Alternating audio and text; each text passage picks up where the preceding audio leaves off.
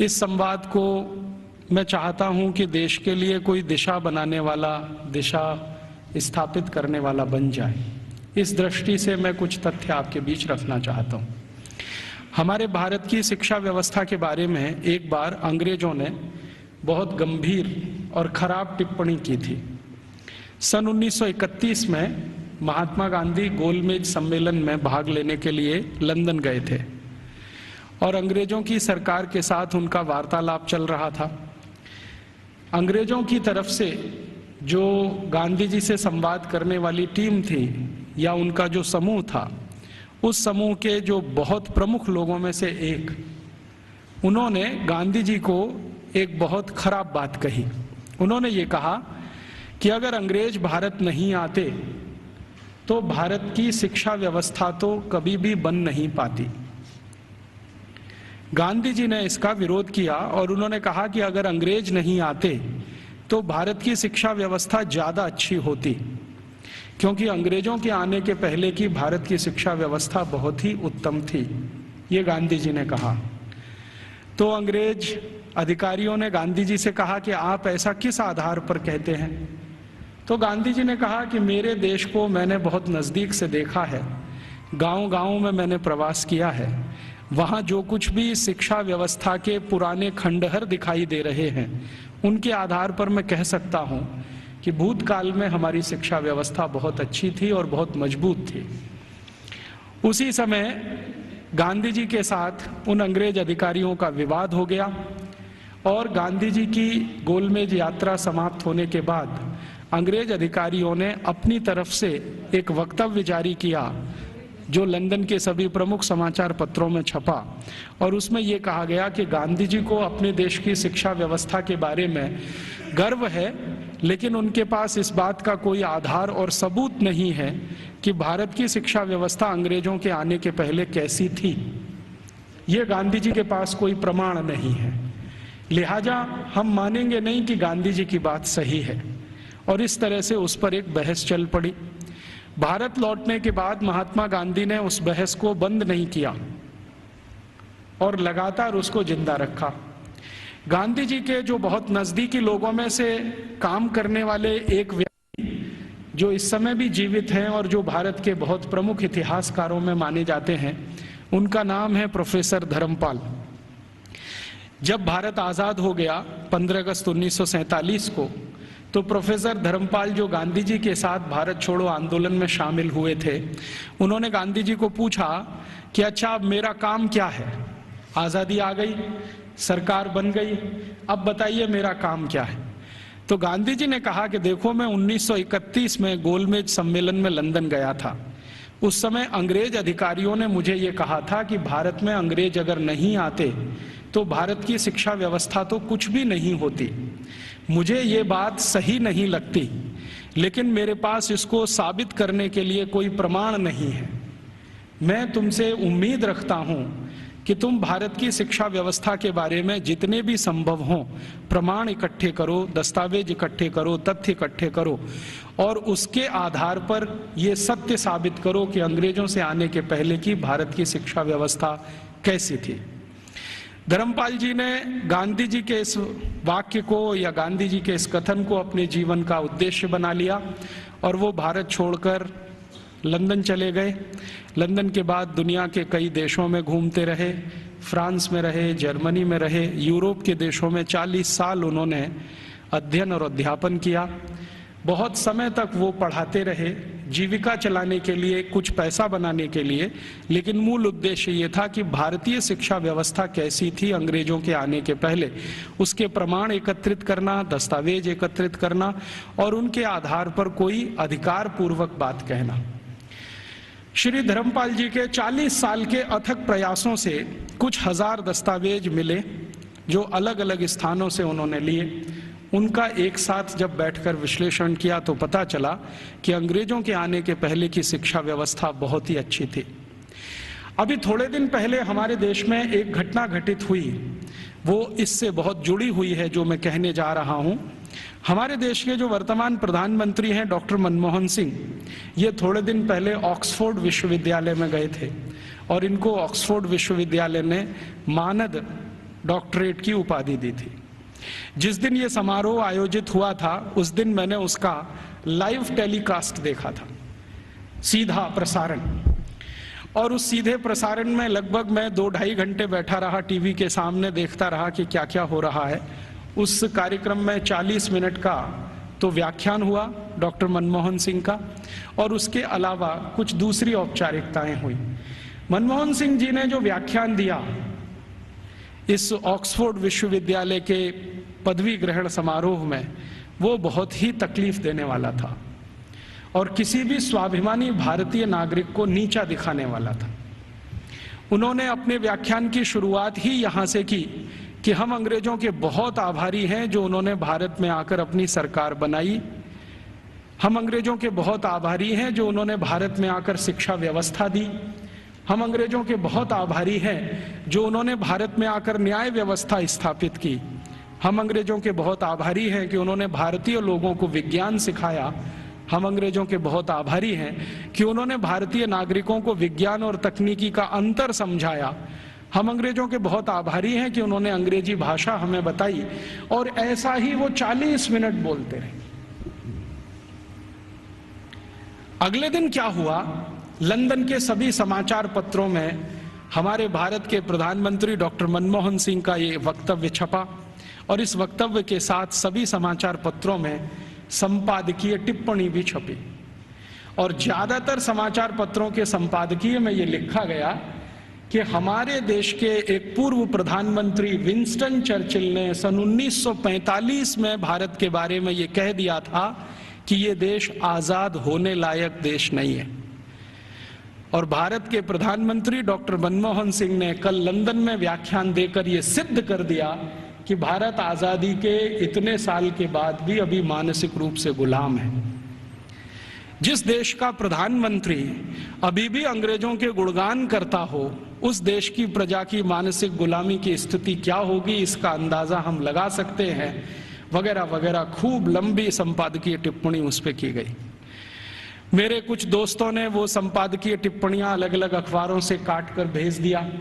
उसके बाद मैंने डॉक्टर मनमोहन सिंह के लिए एक पत्र लिखा जो लगभग 250 पेज का है। वो पत्र नहीं, एक किताब हो गई। और मैंने उनसे कहा कि हमें बड़ी शर्म आती है कि आप भारत के प्रधानमंत्री हैं जो भारत के बारे में कुछ भी नहीं जानते। हमें शर्म आती है कि आप भारत के ऐसे प्रधानमंत्री हैं जिन्होंने भारतीयता का कुछ समझने की भी जीवन में कोशिश नहीं की है। भारत अंग्रेजों के पहले कैसा था, भारत की शिक्षा अंग्रेजों के पहले कैसी थी, भारत की तकनीकी और विज्ञान अंग्रेजों के पहले कैसा था, हमारा भारत अंग्रेजों के पहले उद्योग और व्यापार में किस स्थान पर दुनिया में टिका हुआ था, ये सब बातें अगर आप दस्तावेजों के आधार पर जरा समझें और जानें तो बहुत अच्छा होगा। आप अगली बार ऐसा गुलामी का वक्तव्य देने से बचेंगे। आपको सुनकर हैरानी होगी कि मैंने ये जो पत्र लिखा, ये पत्र मनमोहन सिंह के कार्यालय में पहुंचा और एक लाइन का उत्तर आया कि आपका पत्र मिला और हम उसको कार्यवाही के लिए भेज रहे हैं। अब कहां भेज रहे हैं कार्यवाही के लिए? मैंने तो लिखा था हमारे देश के प्रधानमंत्री को, और उसमें पत्र तो एक ही पन्ने का था, बाकी 249 पन्ने के तो दस्तावेज जो ये सिद्ध करने के लिए मैंने उनके पास भेजे कि आप पहले इन दस्तावेजों को पढ़ें और देखें कि अंग्रेजों के आने के पहले का भारत कैसा था। शिक्षा व्यवस्था के स्तर पर, तकनीक और विज्ञान के स्तर पर, उद्योग और व्यापार के स्तर पर, हर स्तर पर, चिकित्सा व्यवस्था के स्तर पर, जहां तक भी संभव हो मैंने उसमें जानकारी दी। उसमें से एक हिस्से की छोटी जानकारी मैं आपसे भी शेयर करना चाहता हूं कि भारत की शिक्षा व्यवस्था कैसी थी, और जिस समय हमारी शिक्षा व्यवस्था ऐसी थी उस समय यूरोप की शिक्षा व्यवस्था कैसी थी। भारत की शिक्षा व्यवस्था के बारे में सबसे ज्यादा काम जिन्होंने किया है वो कुछ अंग्रेज ही है। एक अंग्रेज अधिकारी भारत में आया जो लगभग 40 साल यहां रहा, उसका नाम था विलियम एडम। विलियम एडम बहुत उच्च स्तर का अधिकारी था। अंग्रेजों की जो संसद का एक हिस्सा है हाउस ऑफ लॉर्ड्स, उसमें बहुत दिनों तक वो सांसद था, और भारत में उसको बहुत उच्च स्तर का अधिकारी बनाकर भेजा गया था। उसकी हैसियत इतनी बड़ी थी कि वो भारत में आकर अगर गवर्नर को या वायसराय को कोई सुझाव दे दे तो वॉयसराय उसको कानून बनाने के लिए मजबूर होता था। विलियम एडम इस स्तर का अधिकारी था। उस विलियम एडम के नीचे काम करने वाले कुछ अधिकारी थे, जिनमें से एक था मैकॉले, टीवी मैकॉले। मैकॉले की तो आपने बार बार चर्चा सुनी है, बार बार नाम भी सुना है, लेकिन विलियम एडम के बारे में शायद आप में से कम लोग जानते होंगे, क्योंकि ये मैकॉले का बॉस था। मैकॉले भारत में शिक्षा व्यवस्था के बारे में जितना भी अभ्यास करता था, वो अपने इमीडिएट बॉस विलियम एडम को भेजता था। तो विलियम एडम ने भारत की शिक्षा व्यवस्था पर एक रिपोर्ट तैयार की, और वो रिपोर्ट लगभग 1700 कुछ पन्ने की है, 1780 पन्ने हैं उस रिपोर्ट में। वो रिपोर्ट संसद में पेश की गई। संसद माने अंग्रेजों की संसद में, हाउस ऑफ कॉमन्स में पेश की गई, और इस रिपोर्ट के आधार पर अंग्रेजों को पता चला कि भारत की शिक्षा व्यवस्था कैसी है। विलियम एडम की रिपोर्ट में से कुछ तथ्य मैं आपको देता हूं, जो इस समय अंग्रेजी संसद के रिकॉर्ड्स पर हैं। आप जानते हैं कि हाउस ऑफ कॉमन्स और हाउस ऑफ लॉर्ड्स में जो भी बहस होती है, वो सभी रिकॉर्ड में रहती है, और जो रिकॉर्ड में आ जाती है वो उनका डॉक्यूमेंट्स बन जाती है, दस्तावेज बन जाती है। और फिर ब्रिटिश पार्लियामेंट की एक प्रेस है जिसको हंसार्ड कहते हैं, वो जरूरत पड़ने पर समय समय पर ये डॉक्यूमेंट्स को प्रकाशित करती रहती है। तो भारत की शिक्षा व्यवस्था पर विलियम एडम की रिपोर्ट, जिसमें जगह जगह पर मैकॉले की दी गई टिप्पणी, मैं पहले मैकॉले की एक छोटी सी लाइन आपको सुना देता हूं। मैकॉले और विलियम एडम भारत की शिक्षा व्यवस्था के बारे में अंग्रेजों की संसद में जब बात कर रहे हैं, तो घंटों घंटों उन्होंने बात की है। एक दिन ये टीवी मैकॉले 2 फरवरी सन 1835 को ब्रिटिश पार्लियामेंट के हाउस ऑफ कॉमन्स में खड़ा होकर भाषण दे रहा है और कह रहा है कि मैंने भारत का उत्तर, दक्षिण, पूरब, पश्चिम पूरा इलाका घूम लिया है। ऐसा कोई क्षेत्र नहीं है जो मैंने भारत का नहीं देखा है, और मैंने भारत का बाहरी क्षेत्र भी देखा है, आंतरिक क्षेत्र भी देखा है। देखने के बाद मैं जो कह रहा हूं, आप उस पर विश्वास नहीं करेंगे, लेकिन जो सत्य है वो मैं आपको कहूंगा, उसको मैं अपने अंदर रोक नहीं सकता। सत्य क्या कह रहा है? वो कह रहा है कि संपूर्ण भारत को उत्तर, दक्षिण, पूरब, पश्चिम में घूम लेने के बाद उसने अंग्रेजी का एक मुहावरा इस्तेमाल किया है, I had travelled length and breadth. Length and breadth माने सब भारत मैंने देख लिया, मैंने पूरा भारत देख लिया। और उसके बाद मैं ये कहता हूं कि भारत देश में आज तक कहीं भी भिखारी देखने को नहीं मिला, कोई बेरोजगार आदमी देखने को नहीं मिला, गांव के किसी कोने में किसी स्थान पर बैठा हुआ कोई ऐसा व्यक्ति ना मिला जो किसी पर पराश्रित हो। आज तक मैंने किसी ऐसे व्यक्ति को भारत में नहीं पाया जो अपना जीवन चलाने के लिए दूसरों के आगे हाथ फैलाता हो। और ये ज्यादा पुरानी बात नहीं है, 1835 में वो बोल रहा है। आज से लगभग आप कल्पना करें तो 170 साल पहले बोल रहा है। तो 170 साल पहले इस देश में कोई भिखारी नहीं था। जरा ध्यान से सुनिए इस बात को, कोई भिखारी नहीं, कोई बेरोजगार नहीं।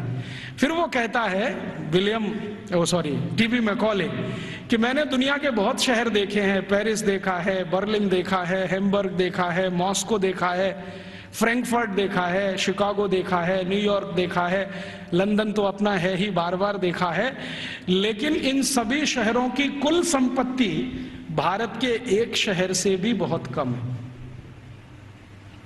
तो उसको पूछा गया प्रश्न कि बताओ वो कौन सा शहर है?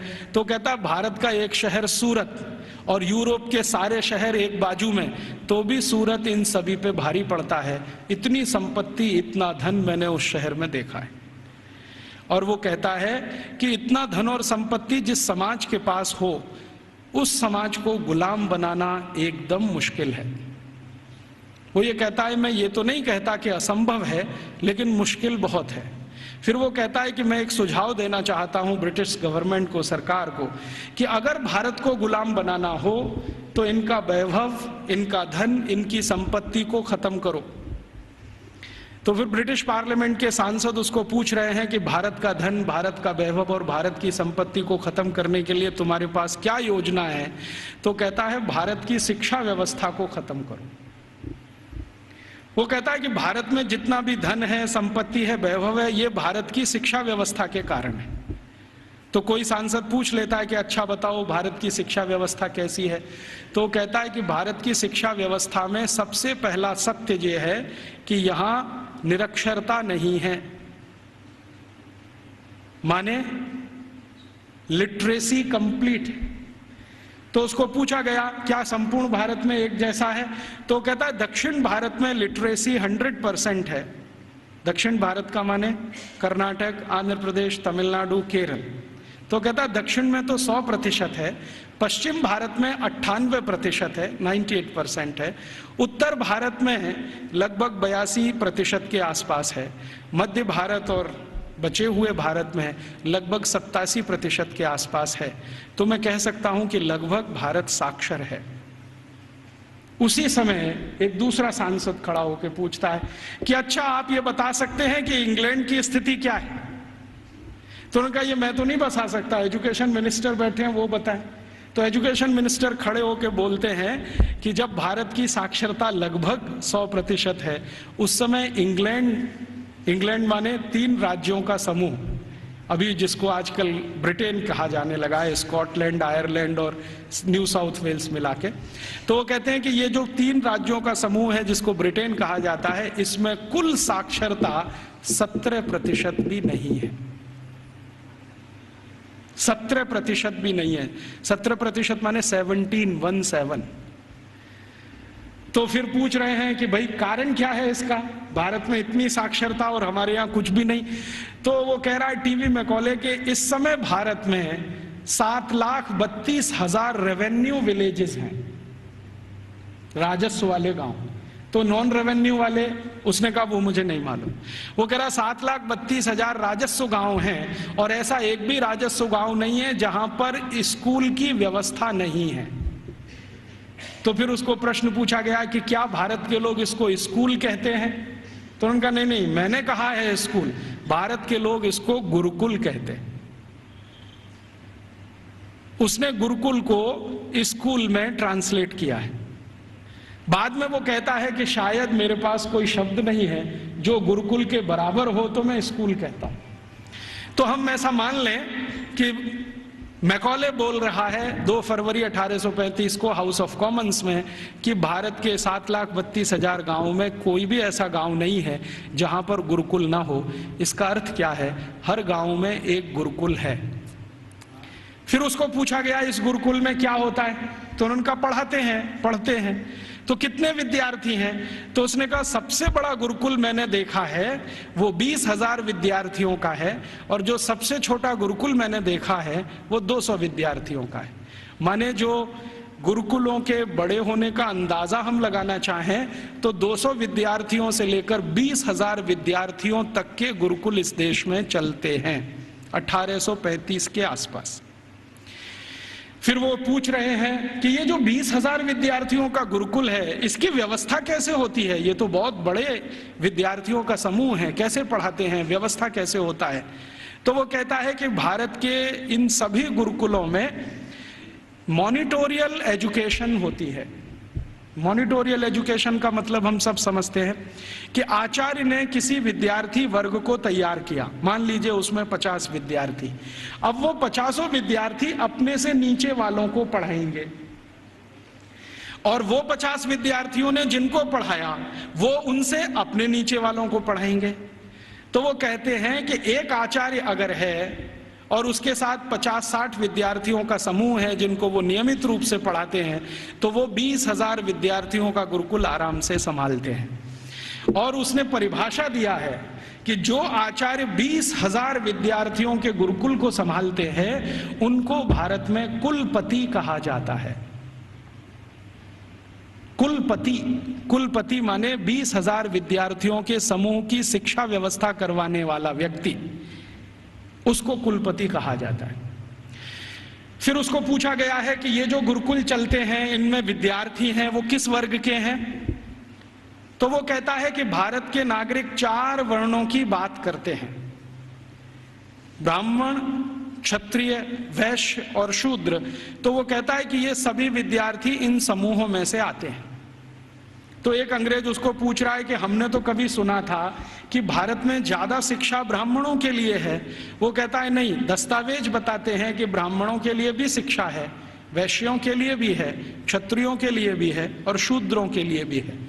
तो फिर उसको पूछ रहे हैं कि क्या तुम परसेंटेज में ये बता सकते हो कि ब्राह्मण कितने हैं, वैश्य कितने हैं, क्षत्रिय कितने हैं, शूद्र कितने हैं। तो वो कहता है कि दक्षिण भारत के जितने गुरुकुल हैं उनमें शूद्रों की संख्या सबसे ज्यादा है, और पश्चिम भारत के जितने गुरुकुल हैं उनमें वैश्यों और ब्राह्मणों की संख्या लगभग बराबर है, और उत्तर भारत के जितने गुरुकुल हैं उनमें सबसे ज्यादा संख्या क्षत्रियों की है, और बाकी जो 3 हैं ब्राह्मण, वैश्य और शूद्र, ये लगभग बराबर हैं, और मध्य भारत में लगभग सब बराबर है। तो कुछ लोग चौंक जाते हैं, वो ये कहते हैं ये कैसे संभव है कि शूद्रों की संख्या दक्षिण भारत के गुरुकुलों में सबसे ज्यादा है। तो वो कहता है शूद्रों की ही नहीं, दक्षिण भारत के गुरुकुलों में महिलाओं की संख्या, लड़कियों की संख्या भी सबसे ज्यादा है। तो वो एक उत्तर दे रहा है प्रश्न का जिसमें वो बोल रहा है कि दक्षिण भारत के गुरुकुलों में लगभग 58% लड़कियां हैं और 42% लड़के हैं। तो फिर उसको पूछा गया ये कैसे संभव हो रहा है भारत में। तो कहता है कि इट क्वाइट नेचुरल, ये स्वाभाविक है, क्योंकि दक्षिण भारत में महिलाओं की संख्या, लड़कियों की संख्या लड़कों से ज्यादा है।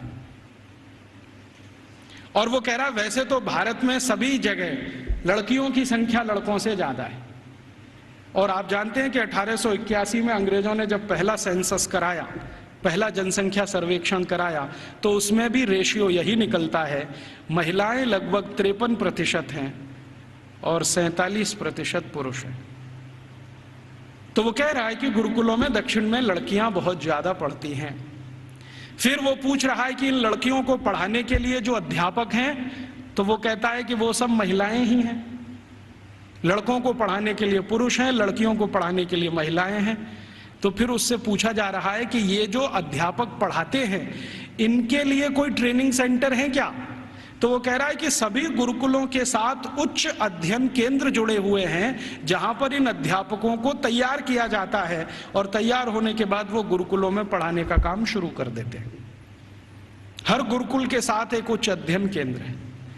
फिर उसके साथ पूछा जा रहा है कि अच्छा ये बताओ भारत के इन स्कूलों में, माफ करो गुरुकुलों में क्या विषय पढ़ाए जाते हैं। तो वो गिना रहा है कि 18 विषय पढ़ाए जाते हैं, 18 विषय पढ़ाए जाते हैं। सबसे ज्यादा किस विषय पर जोर दिया जाता है। तो वो कहता है कि भारत के गुरुकुलों में सबसे ज्यादा गणित पढ़ाया जाता है। तो ये गणित कौन सा पढ़ाया जाता है। तो वो कहता है वैदिक गणित पढ़ाया जाता है। तो फिर अंग्रेज पूछ रहे हैं कि हमारे यहाँ एक कॉमर्शियल मैथमेटिक्स है, तो उनका भारत वाले उसको पढ़ते नहीं है और उसमें उनकी ज्यादा रुचि भी नहीं है, वो वैदिक मैथमेटिक्स में ज्यादा रुचि लेते हैं। फिर दूसरा कौन सा विषय है जो सबसे ज्यादा पढ़ाया जाता है गणित के बाद। तो कहता है दूसरा सबसे बड़ा विषय है खगोल शास्त्र, इसको सब भारतवासी पढ़ते हैं। फिर तीसरा कौन सा विषय है। तो वो कहता है मेटलर्जी, माने धातु विज्ञान।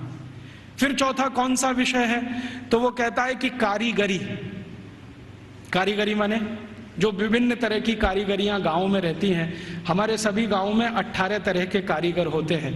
कोई लोहे का काम करने वाला, कोई लकड़ी का काम करने वाला, कोई बांस का काम करने वाला, कोई मिट्टी का काम करने वाला। तो वो कह रहा है कि सभी गुरुकुलों में ये कारीगरी पढ़ाई जाती है, 18 विषय उसमें अलग हैं। फिर वो पूछ रहा है कि इसके आगे के विषय बताओ। तो कहते हैं वो कि एस्ट्रोफिजिक्स पढ़ाते हैं।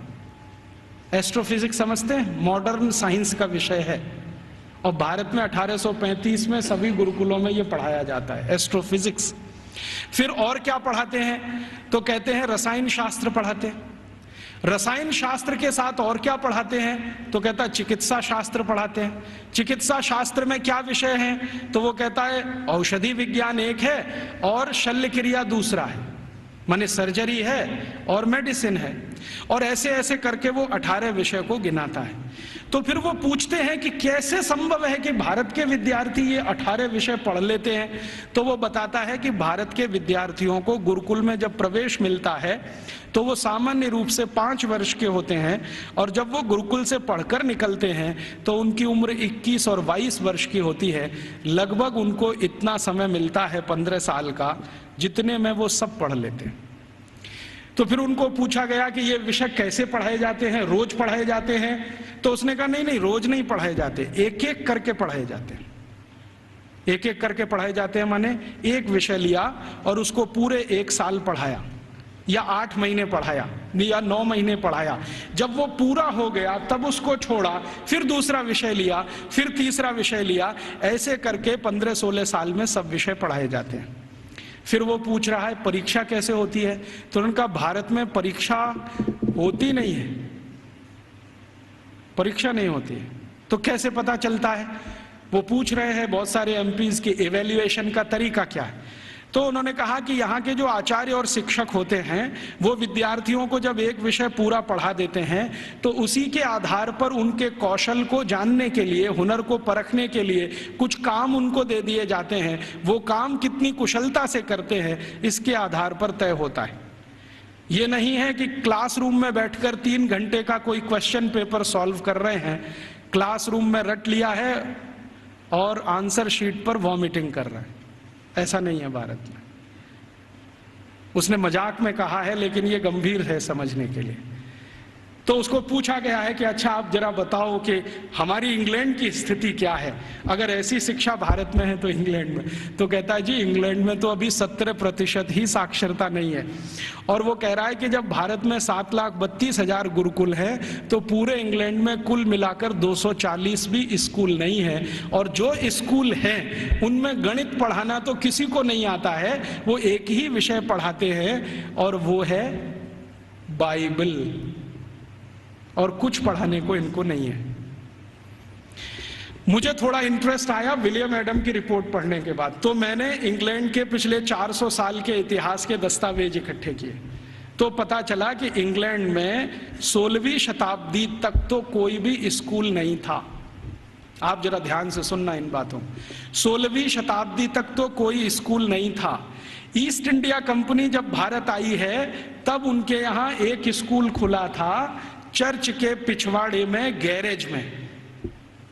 गैरेज समझते हैं, जहां गाड़ियां खड़ी की जाती हैं। एक गैरेज हुआ करता था जो मुश्किल से 15-20 फीट लंबा, 15-20 फीट चौड़ा, लंदन के एक चर्च में। ये लंदन में आप कभी जाएं तो उनका जो स्क्वायर है जहां पर उनकी पार्लियामेंट है उसके बगल में वो चर्च आज भी है। तो उसकी पीछे के हिस्से में एक छोटे से में स्कूल खुला था जो उनको पढ़ाता था बाइबल। तो बाइबल पढ़ाने वाले स्कूल उनके यहाँ शुरू हुए, उसके पहले तो कोई स्कूल ही नहीं था। तो इंग्लैंड और यूरोप के इतिहास क्या बताते हैं शिक्षा के बारे में, तो आप जरा सोचो और सुनो। यूरोप का जो सबसे बड़ा इतिहासकार, सबसे बड़ा दार्शनिक, सबसे बड़ा फिलोसोफर, सबसे बड़ा सब कुछ, जो यूरोप में भगवान के अगला अवतार माना जाता है, उसका नाम है प्लेटो। प्लेटो सबसे महान। वो ये कहते हैं ये तो ईश्वर का ही अंश है, माने ईसा मसीह के बाद यूरोप में अगर किसी की इज्जत है तो वो प्लेटो की है।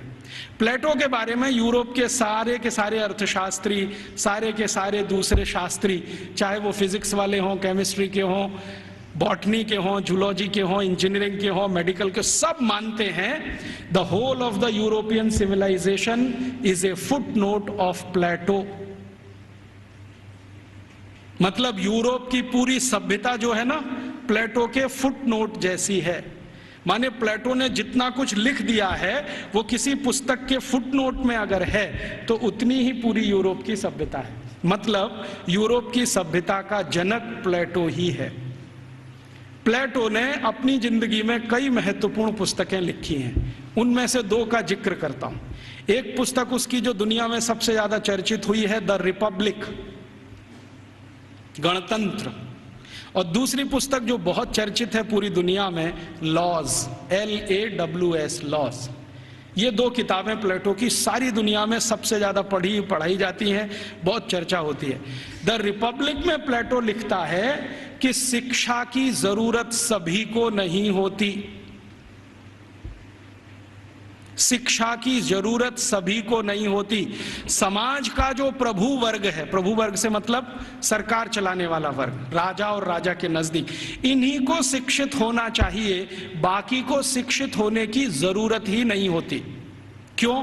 तो वो कहता है कि राजा और राजा के नजदीक का जो वर्ग है उसको आदेश देना है, बाकी को तो सब उस आदेश का पालन करना है। तो जो आदेश के पालन करता है उनको शिक्षित होने की क्या जरूरत है? शिक्षा की जरूरत तो सिर्फ राजा को है और राजा के नजदीकी लोगों को है। ये जो प्लेटो ने कहा, प्लेटो के बाद जो दूसरा उसका ग्रेट ग्रेट ग्रेट फिलोसोफर या उसका ग्रेट ग्रेट स्टूडेंट अरिस्टोटल कहता है कि मेरा जो गुरु बोल गया है उसी पर मैं सहमत हूं। शिक्षा की जरूरत सभी को नहीं होती। समाज का जो प्रभु वर्ग है, माने जो संचालन करता है राज्य का, उसके राजा, मंत्रियों के नजदीकी अधिकारी, बस इनको पढ़ाई होनी चाहिए, बाकी किसी को नहीं।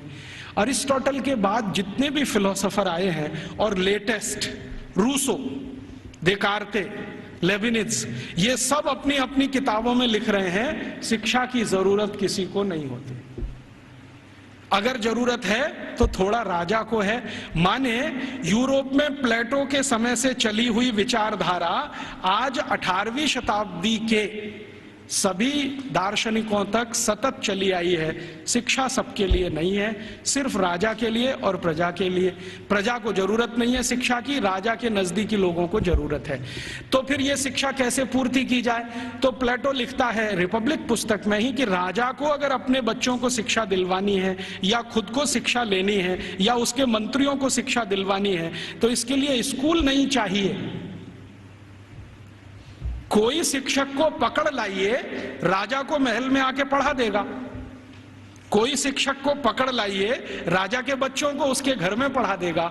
कोई शिक्षक को पकड़ लाइए, मंत्रियों को वहां पढ़ा देगा। स्कूल की क्या जरूरत है?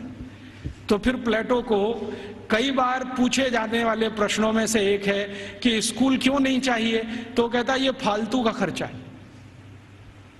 वो ये कहता है स्कूल बनाने से अच्छा है एक बनाओ ऐसा स्थान जहां पर मनोरंजन हो सके। स्कूल की क्या जरूरत है? घर में आके कोई पढ़ा देगा, क्या जरूरत है स्कूल की? तो इसलिए इंग्लैंड में, इंग्लैंड के पड़ोसी फ्रांस में, जर्मनी में, स्वीडन में, स्विट्जरलैंड में 16वीं 17वीं शताब्दी तक एक भी स्कूल नहीं खोला गया। बाद में क्या हुआ, क्रिश्चियनिटी का असर जैसे जैसे बढ़ा यूरोप में, आप जानते हैं कि क्रिश्चियनिटी यूरोप में 2000 साल पहले ही आई है। उसके पहले यूरोप क्रिश्चियन नहीं था। यूरोप की छोटी छोटी जातियां, जनजातियां होती थीं जो 1000 से ज्यादा हैं, समूह हैं छोटे छोटे, वो अपना अपना धर्म और संस्कृति माना करते थे। उनके यहाँ ईसाइयत क्या होती है मालूम नहीं। 2000 साल से ईसाइयत आई है। तो जब ईसाइयत का बहुत प्रचार हुआ और समाज और ईसाइयत के बीच में संघर्ष हुआ, तब उन्होंने बाइबल स्कूल शुरू किए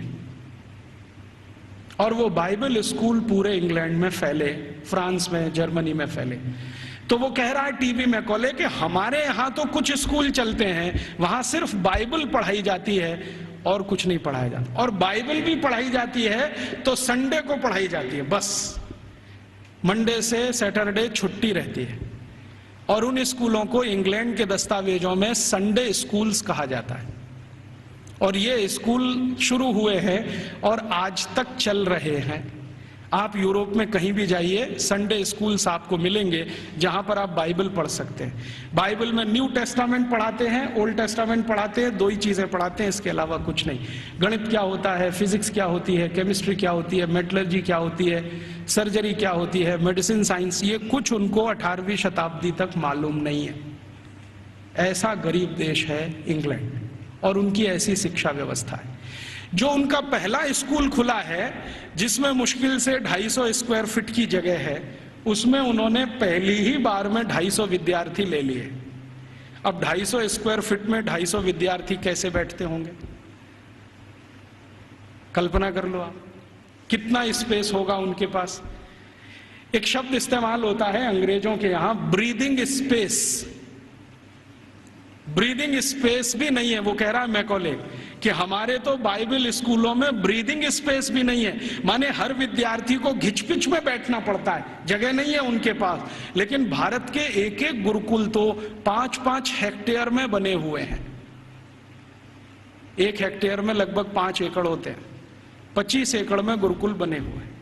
और वो कह रहा है कि भारत के बहुत सारे गुरुकुल रेजिडेंशियल हैं, जहां पर विद्यार्थियों को रहने और खाने की व्यवस्था है, और कुछ गुरुकुल ऐसे हैं जो डे स्कूल की तरह से चलते हैं। विद्यार्थी सुबह आते हैं, शाम को पढ़ के अपने घर वापस जाते हैं। फिर उसको पूछा जाता है कि भारत के विद्यार्थियों को ये सारी की सारी जो शिक्षा दी जाती है, इसका कोई वर्गीकरण है, क्लासिफिकेशन है? तो वो बहुत सुंदर उत्तर दे रहा है, जो हमें इस पे रिसर्च आज जरूरी है करना। वो ये कह रहा है कि भारत के विद्यार्थियों को 2 चीजें पढ़ाई जा रही है, एक तो शिक्षा है, दूसरी विद्या है। अब वो कहता है कि मुझे समझ में नहीं आता शिक्षा कौन सी है, विद्या कौन सी है। लेकिन मैं जितने भी गुरुकुलों में गया हूं, पूछता हूं क्या पढ़ते हो, तो कुछ विद्यार्थी कहते हैं हम शिक्षा ले रहे हैं, कुछ कहते हैं हम विद्या ले रहे हैं। ये विद्या क्या है, शिक्षा क्या है, मुझे समझ में नहीं आता, लेकिन ये हर गुरुकुल में मुझे सुनाई देता है। हमको समझना चाहिए कि शिक्षा और विद्या ये 2 अलग चीजें होती हैं। आज के समय में हमने इन दोनों का खिचड़ी बना दिया है, और ऐसा खिचड़ी बना दिया है कि उसमें से चावल और मूंग की दाल को बीन पाना ही बड़ा मुश्किल हो गया है। नाम सब है विद्यालय और काम कर रहे हैं शिक्षालय का, है कि नहीं? कोई भी विद्यालय ले लो, 1 2 3 नाम विद्यालय, विद्यालय, महाविद्यालय, ये विद्यालय, काम सब शिक्षालय का कर रहे हैं, नाम विद्यालय रखा हुआ है। ऐसा घालमेल कर दिया।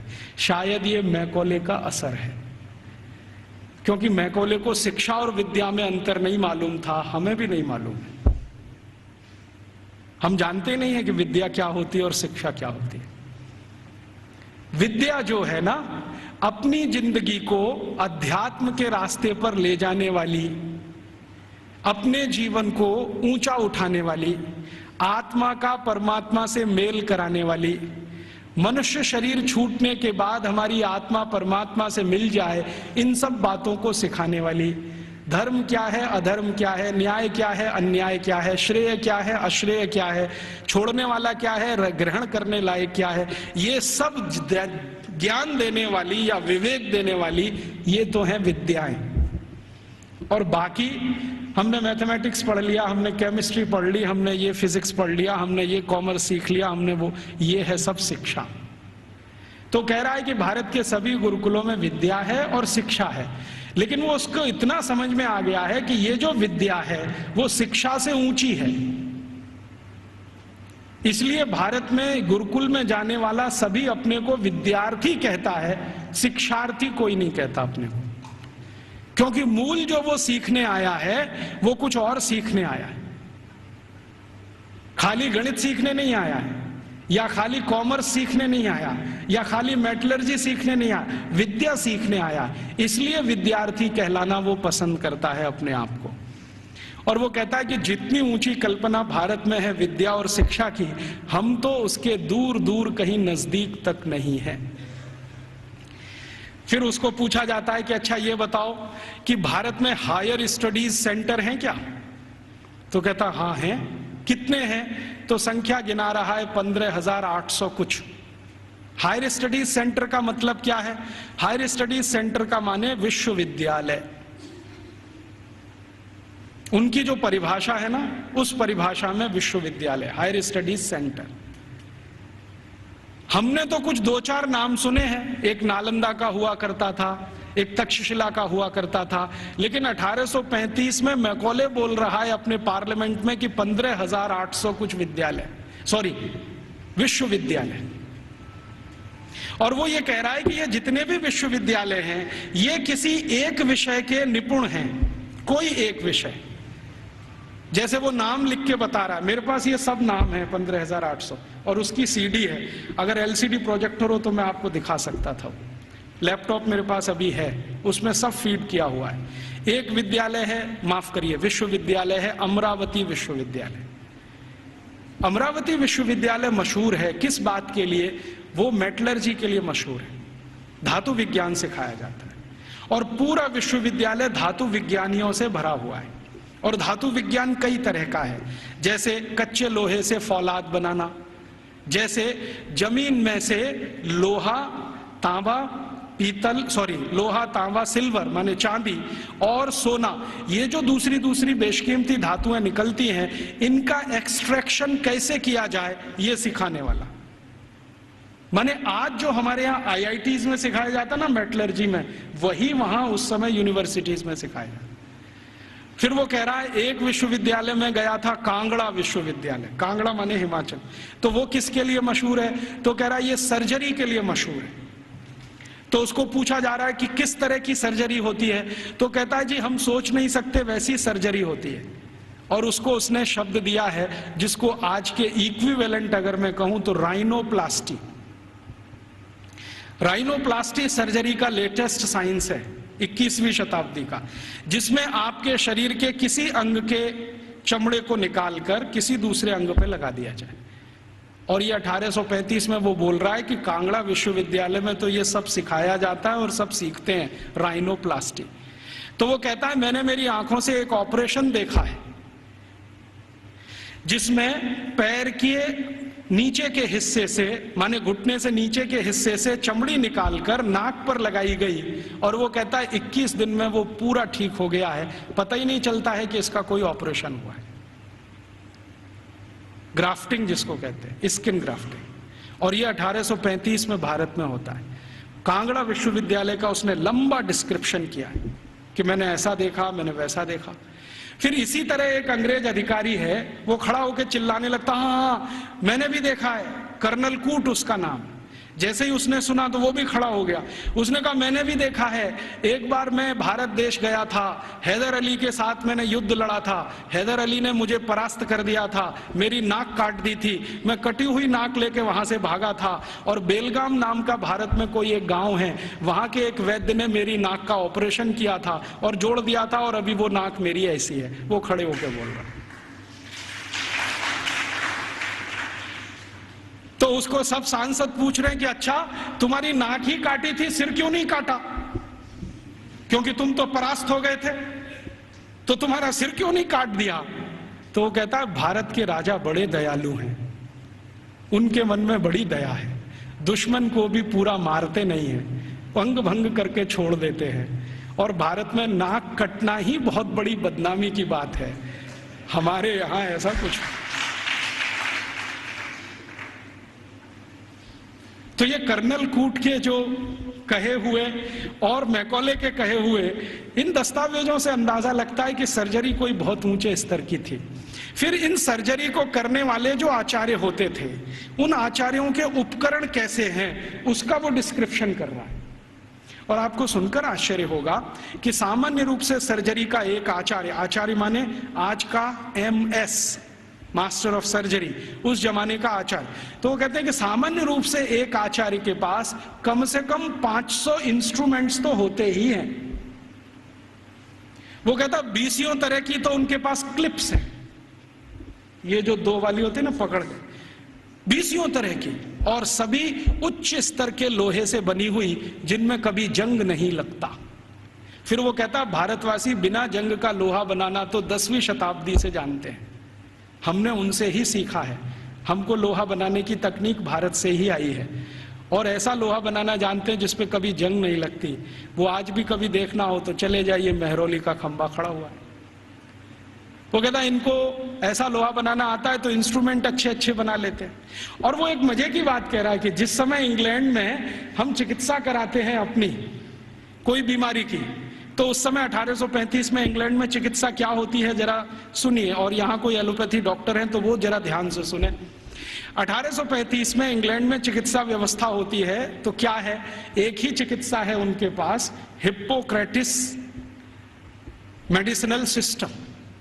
एक हिप्पोक्रेटिस नाम का कोई आदमी हुआ इंग्लैंड में, ईसा से करीब 250 साल पहले, सॉरी ग्रीस में हुआ, इंग्लैंड में नहीं, ग्रीस में हुआ। तो उसने कुछ सिद्धांत दिए हैं, वही सिद्धांत एलोपैथी का मूल आधार है, सारे के सारे सिद्धांत। तो हिप्पोक्रेटिस क्या कहता है, वो कहता है शरीर में कोई भी बीमारी घुस गई तो उसका एक ही कारण है कि रक्त आपका दूषित हो गया है, कोई भी बीमारी हो, सर्दी हो गई, जुकाम हो गया, बुखार आ गया, खांसी हो गई, आपको डायरिया हो गया, डिसेंट्री हो गई, लंग इन्फेक्शन, कुछ भी हो गया, तो हिप्पोक्रेटिस एक ही बात में डायग्नोसिस देता है कि आपका रक्त दूषित है। अब इस दूषित रक्त को निकालो शरीर में से, यही चिकित्सा। तो वो कहता है कि भारतवासी चिकित्सा कैसी करते हैं और हमारे डॉक्टर कैसी करते हैं। वो कहता है कि जब मुझे बुखार आता है और मैं किसी डॉक्टर के पास जाता हूं तो वो मेरी हाथ की नस काट देता है और उसमें से खून निकलने लगता है, और वो कहता है ये खून जब तक निकलेगा नहीं तब तक बुखार तुम्हारा खत्म होगा नहीं। कभी कभी मुझे डर लगता है कि खून के साथ जान ना निकल जाए मेरी। और वो ये कहता है कि भारत में जो चिकित्सा व्यवस्था है इतनी अद्भुत है कि कुछ बुखार आ जाए, कितने से भी कितना बुखार आ जाए, वो कुछ चूरन खिला देते हैं और अगले दिन बुखार ठीक हो जाता है। अच्छा, ये जो कहानी उसने कही है, ये कहानी जॉर्ज वॉशिंगटन ने भी कही है। आप जानते हैं जॉर्ज वॉशिंगटन अमेरिका के राष्ट्रपति, और बल्कि पहले राष्ट्रपति, सबसे पहले राष्ट्रपति, अमेरिका की आजादी के बाद सबसे पहले राष्ट्रपति जॉर्ज वॉशिंगटन। आपको मालूम है उनकी मृत्यु कैसे हुई? उनको आया बुखार। तो ये जो हिप्पोक्रेटिस मेडिसिनल सिस्टम है ना, हाँ, एक ही सिस्टम है उनके पास, हिप्पोक्रेटिस मेडिसिनल सिस्टम, जिस पर उनके आप बहुत थीसिस लिखे गए हैं, बहुत काम हो। तो उनको आ गया बुखार, और बुखार हो गया बहुत, 103 104 डिग्री। तो उनका डॉक्टर आया और उनके दोनों हाथों की नस काट गया, हाँ, और कहा कि ये खून बहने दो, अभी मैं सवेरे आऊंगा आपको देखने।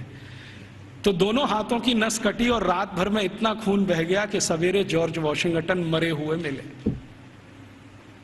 ये है मॉडर्न एलोपैथिक सिस्टम। और मैकॉले कह रहा है कि जिस समय हम तो सिर्फ नस काट के खून निकाल के इलाज करते हैं, भारत के लोग पता नहीं क्या क्या जड़ी बूटियों से चूरन बनाते रहते हैं, पाउडर बनाते रहते हैं। और वो कहता है कि इनके कॉम्बिनेशन इतने परफेक्ट हैं कि 1-2 बार ही खाना पड़ता है, उसके बाद खाना ही नहीं पड़ता। फिर उसको पूछा गया, क्या तुमने कोई लिस्ट बनाई है ये जो चूरन में कॉम्बिनेशन है इसके? तो वो कहता है हाँ, मैं एक लिस्ट बना रहा हूं, उसमें कुछ मेडिसिनल हर्ब्स हैं, कुछ रूट्स हैं, कुछ प्लांट्स हैं। तो वो पूछ रहे हैं कितनी संख्या हो गई है? तो उसने कहा 16,000 तो हो गई है, पता नहीं आगे कितनी जाएगी। उस जमाने में तो कुछ लोग आश्चर्य से पूछ रहे हैं कि ये जो शिक्षा है, वहां चिकित्सा भी दे रहे हैं, सर्जरी भी दे रहे हैं, मेटलर्जी भी दे रहे हैं, वगैरह वगैरह, क्यों दे रहे हैं? तो वो कहते हैं, भारत के सभी आचार्य कहते हैं कि जीवन एकांगी नहीं है। अभी ये देखिए, फिलॉसफी की बात, जीवन एकांगी नहीं है, और चूंकि एकांगी नहीं है तो इसमें सब तरह के ज्ञान की जरूरत होती है। तो हर विद्यार्थी को सभी तरह का ज्ञान होना चाहिए, विशेषज्ञता उसको किसी एक में होनी चाहिए, ज्ञान उसको सब तरह का होना चाहिए। तो कहता है कि जो प्राइमरी लेवल की ज्ञान है वो सबको दी जाती है, मेडिसिन की, सर्जरी की, मेटलर्जी की, मैथमेटिक्स की। जब वो विद्यार्थियों की रुचि उत्पन्न हो जाती है तो किसी एक विषय में उनको विशेषज्ञ बना दिया जाता है, और फिर वो विद्यार्थी समाज में चला जाता है, उसकी शिक्षा पूरी हो जाती है, विद्या पूरी हो जाती है, फिर वो समाज को अपनी सेवाएं देता है। और वो एक बहुत महत्व की बात कह रहा है कि भारत के विद्यार्थी इन सब गुरुकुलों से जब पढ़कर निकलते हैं तो उनको संकल्प कराया जाता है, संकल्प कराया जाता है। और संकल्प क्या कराया जाता है? तो उनको ये कहा जाता है कि देखो, ये जो ब्रह्मांड जगत है, वो उसको अंग्रेजी में एक्सप्लेन कर रहा है, ठीक से नहीं कर पाया, कहीं गलती है वो मैंने ठीक कर दिया है, क्योंकि बहुत सारी चीजें उनके समझ की बाहर है जो हमारी समझ के लिए सामान्य है। क्योंकि हर सभ्यता में कुछ बातें विशेष होती हैं जो दूसरी सभ्यता में नहीं मिलती है, तो बाहर वाला आकर उसको जिस चश्मे से देखेगा, हमारा चश्मा उससे बिल्कुल अलग होगा। तो वो कह रहा है कि भारत में ऐसा बोलते हैं, मानते हैं कि ये जो ब्रह्मांड जगत है इसमें मनुष्य ही नहीं है, मनुष्येतर बहुत सारे प्राणी हैं, पक्षी हैं, जीव हैं, जंतु हैं, और सब भारतवासी मानते हैं कि सब में आत्मा है, सब में आत्मा है। और प्लेटो क्या कहता है? प्लेटो करे जरा इसका सोचो, वो रिपब्लिक में लिख रहा है और लॉज में उसको रिपीट किया है। वो ये कहता है आत्मा सिर्फ राजा में होती है, प्रजा में आत्मा ही नहीं होती। प्लेटो का है, ये मेरा नहीं। वो कहता है आत्मा सिर्फ राजा में है, प्रजा में आत्मा है ही नहीं, इसलिए कानून सब प्रजा के लिए हैं, आदेश देने का अधिकार राजा को है। और प्लेटो तो कहता है कि राजा के मुंह से जो निकल गया वही कानून, प्रजा को उसी का पालन करना है। अच्छा, फिर प्लेटो ने स्ट्रेटिफिकेशन किया है कि राजा तो एक वर्ग है, उसके नीचे के वर्ग के उसने वर्गीकरण किया है कि प्रजा में पहला कौन, तो कहता है कि ये जो उद्योगपति हैं, व्यापारी हैं, धंधा करने वाले, ये पहले स्तर के। दूसरे स्तर पर कौन, तो अध्यापक हैं और कारीगर हैं और म्यूजिशियन हैं, संगीतकार हैं, पेंटर हैं, आगे आदि दो। तीसरे नंबर पर कौन, तो तीसरे नंबर पर खेत में काम करने वाले मजदूर हैं, फैक्ट्री में काम करने वाले मजदूर हैं वो। चौथे नंबर पर कौन, तो कहता है स्त्रियां, महिलाएं, वो चौथे नंबर पे। आखिरी पांचवा कोई नंबर नहीं है वहां। तो वो कहता है प्लेटो कि मैं कभी कभी कल्पना करता हूं कि प्रजा में गलती से आत्मा आ गई तो स्त्रियों में तो कभी नहीं आती। इसलिए वो लॉज में लिख रहा है कि कभी भी किसी न्यायाधीश को किसी स्त्री की गवाही पर विचार ही नहीं करना चाहिए, क्योंकि स्त्री को सत्य का ज्ञान नहीं है, उसको विवेक नहीं है, क्योंकि उसको आत्मा नहीं। तो आप जानते हैं ये जो मॉडर्न जस्टिस माने जुडिशियल सिस्टम निकला, जिसमें से आईपीसी, सीआरपीसी और सीपीसी आया और हमने बिना सोचे समझे उसको अपने देश में अपनाया, इस जुडिशियल सिस्टम में 1950 तक किसी महिला की गवाही को माना ही नहीं जाता था। यूरोप में अदालत में चलने वाले किसी भी मुकदमे में किसी महिला की गवाही नहीं मानी जाती थी। तो क्या हुआ, फिर यूरोप में एक बगावत हुई जिसको वीमेन्स लिव कहा जाता है, स्त्री मुक्ति, और इसका नेतृत्व किया एक फ्रांसीसी लेखिका ने, उसका नाम था सिमोन द बोउआर। उसके एक गुरु हुआ करते थे ज्यों पाल सार्त्र, जिनको आधुनिक दार्शनिकों में बहुत ऊंचा स्थान मिला हुआ है। तो सिमोन द बोउआर ने सालों साल आंदोलन चलाया, तब फ्रांस में इतना हुआ कि किसी 3 स्त्री की गवाही एक पुरुष के बराबर है। इतना हुआ, बस इतना ही हुआ। और उसके बाद सिमोन द बोउआर मर गई और वो कहती थी कि मैं इतना ही करा पाई, यही मेरे लिए बहुत है कि कम से कम अदालत ने 3 महिलाओं की गवाही एक पुरुष के बराबर तो मानी। और प्लेटो चूंकि ये कहता था कि स्त्री में आत्मा नहीं होती है, तो 1950 तक यूरोप के किसी भी देश में महिलाओं को वोट डालने का अधिकार नहीं था। वोट डालने का तो छोड़ दो, बैंक में अकाउंट खोलने का अधिकार नहीं था किसी महिला को। अकाउंट खुलेगा तो उसके पति का खुलेगा, महिला का नहीं खुलेगा। और जो विधवा है तो उसके बेटे के नाम से खुलेगा, महिला के नाम से नहीं खुलेगा। जो बेटा ही नहीं है तो पड़ोसी के बेटे के नाम से खुलेगा। हाँ, उसके नाम से बैंक अकाउंट नहीं खुल सकता। और 1950 तक यूरोप के किसी भी शहर में महिला घर से अकेली नहीं निकल सकती। क्यों? आत्मा नहीं है तो पता नहीं कहां जाएगी। तो इसलिए उसके साथ में पुरुष का होना जरूरी है, वो चाहे 3 साल का ही क्यों ना हो। और प्लेटो ने लिख दिया ना स्त्री में आत्मा नहीं होती, तो सारे यूरोपियन दार्शनिकों ने कहा है कि स्त्री तो मेज कुर्सी जैसी होती है, जब तक इस्तेमाल करो अच्छी लगती है, नहीं लगती बाहर फेंक दो, दूसरी ले आओ। ये है उनकी फिलॉसफी। तो मैकॉले ये सब वर्णन कर रहा है कि हम तो सोच ही नहीं सकते हैं हमारे यहाँ महिलाएं गुरुकुल की आचार्य हो सकती है। वो कह रहा है भारत में आधे से ज्यादा गुरुकुलों की आचार्य महिलाएं, आधे से ज्यादा। और वो कह रहा है कि ये सिर्फ गुरुकुलों की नहीं, हायर स्टडीज सेंटर में भी यही है। तो उसको पूछा जा रहा है कि ये भारत में ऐसा कैसे हो गया, महिलाओं को इतनी शिक्षा मिल गई, इतनी ऊपर आ गई। तो वो कहते हैं भारत वाले बिल्कुल विचित्र हैं, ये कुछ और मानते हैं। हम मानते हैं कि स्त्री में आत्मा नहीं होती, भारत वाले कहते हैं कि स्त्री परमात्मा के सबसे नजदीक होती है, क्योंकि उसमें पुरुष से कुछ गुण ज्यादा होते हैं। हमारे सभी शास्त्रों में आप ये देख सकते हैं, चाहे ऋग्वेद में देखना हो तो देख लीजिए। ऋग्वेद के कई सूत्र ऐसे हैं जो ये बताते हैं कि स्त्री पुरुष से ऊंची है, क्योंकि उसमें ईश्वरीय गुण हैं। और आज की जो मॉडर्न साइंस है ना, इसने इसको दूसरे तरह से कहा है कि स्त्री में एक क्रोमोसोम ज्यादा होता है, वही सारा खेल खेलता है।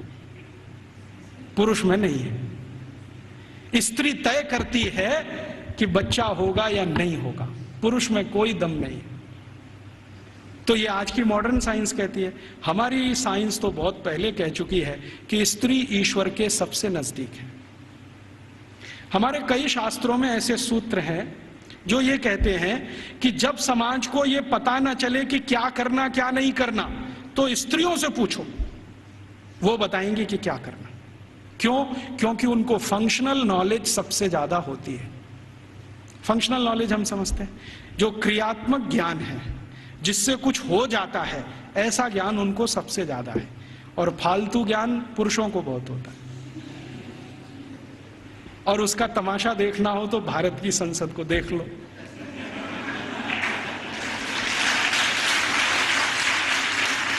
देखा आपने संसद में जो पुरुष सांसद हैं वो मां बहन की गालियां देते हैं और स्त्री सांसदों को चुपचाप निकल जाना पड़ता है।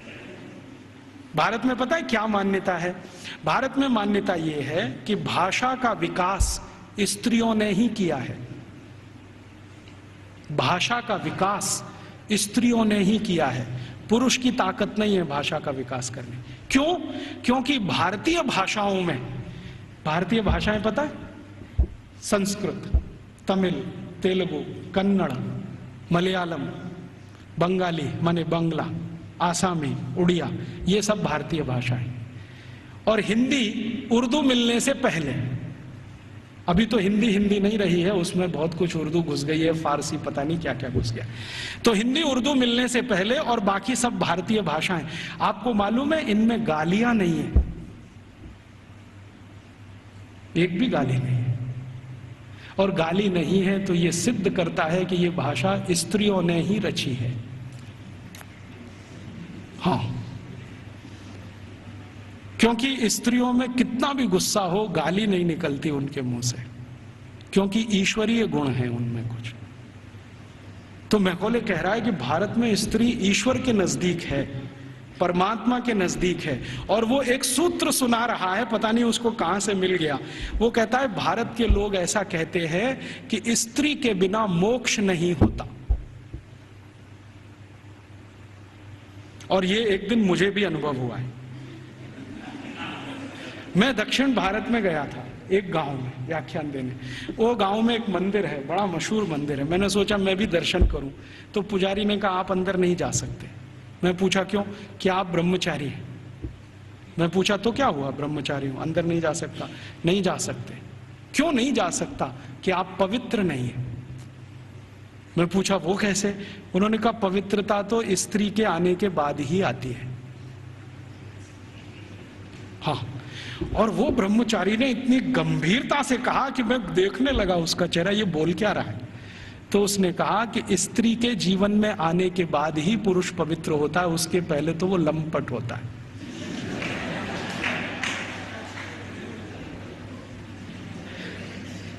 तो मंदिर में मुझे घुसने नहीं दिया उसने।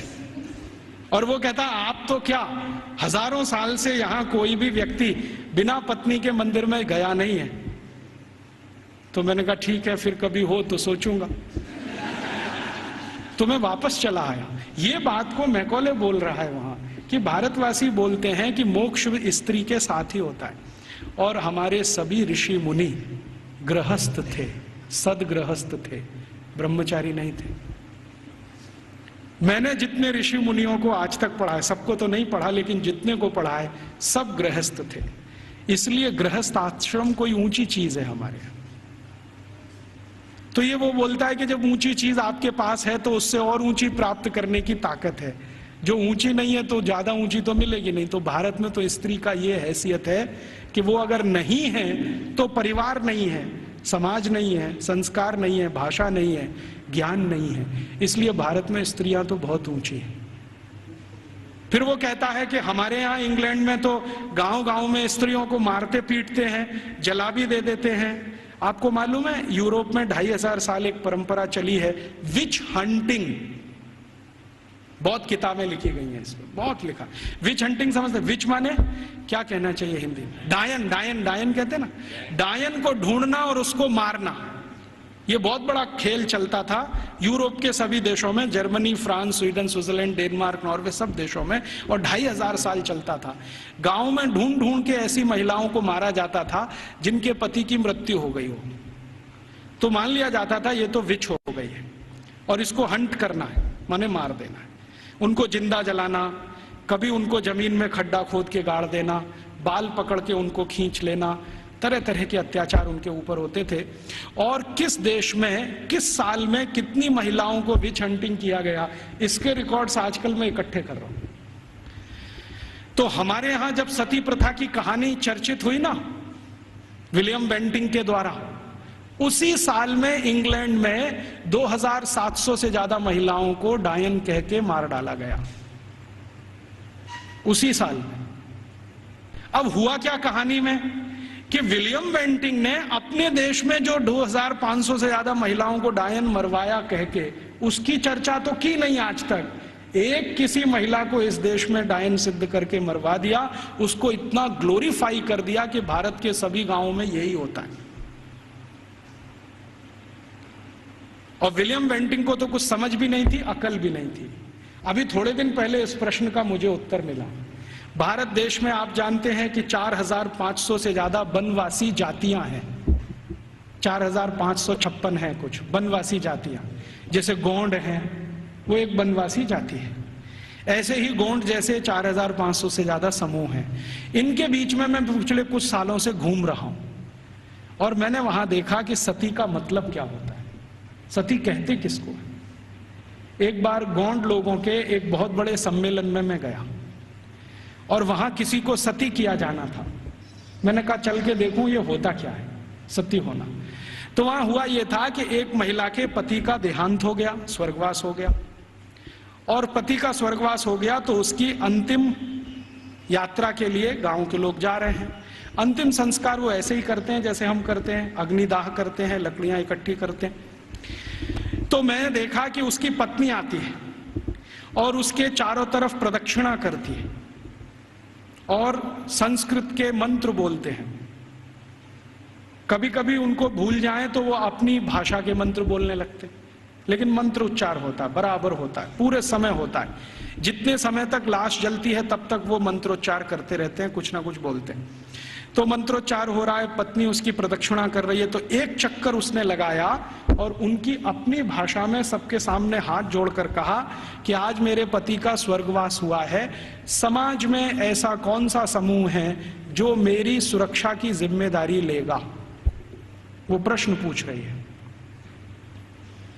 और बड़े सुंदर शब्दों में वो कह रही है कि भारत के शास्त्रों ने हमेशा स्त्री को सुरक्षित रहना ये आवश्यक, क्योंकि उसको जीवन बढ़ाना है, तो इसलिए उसको सुरक्षा की जरूरत है। प्राकृतिक सुरक्षा भी चाहिए, दूसरे तरह की भी सुरक्षा चाहिए।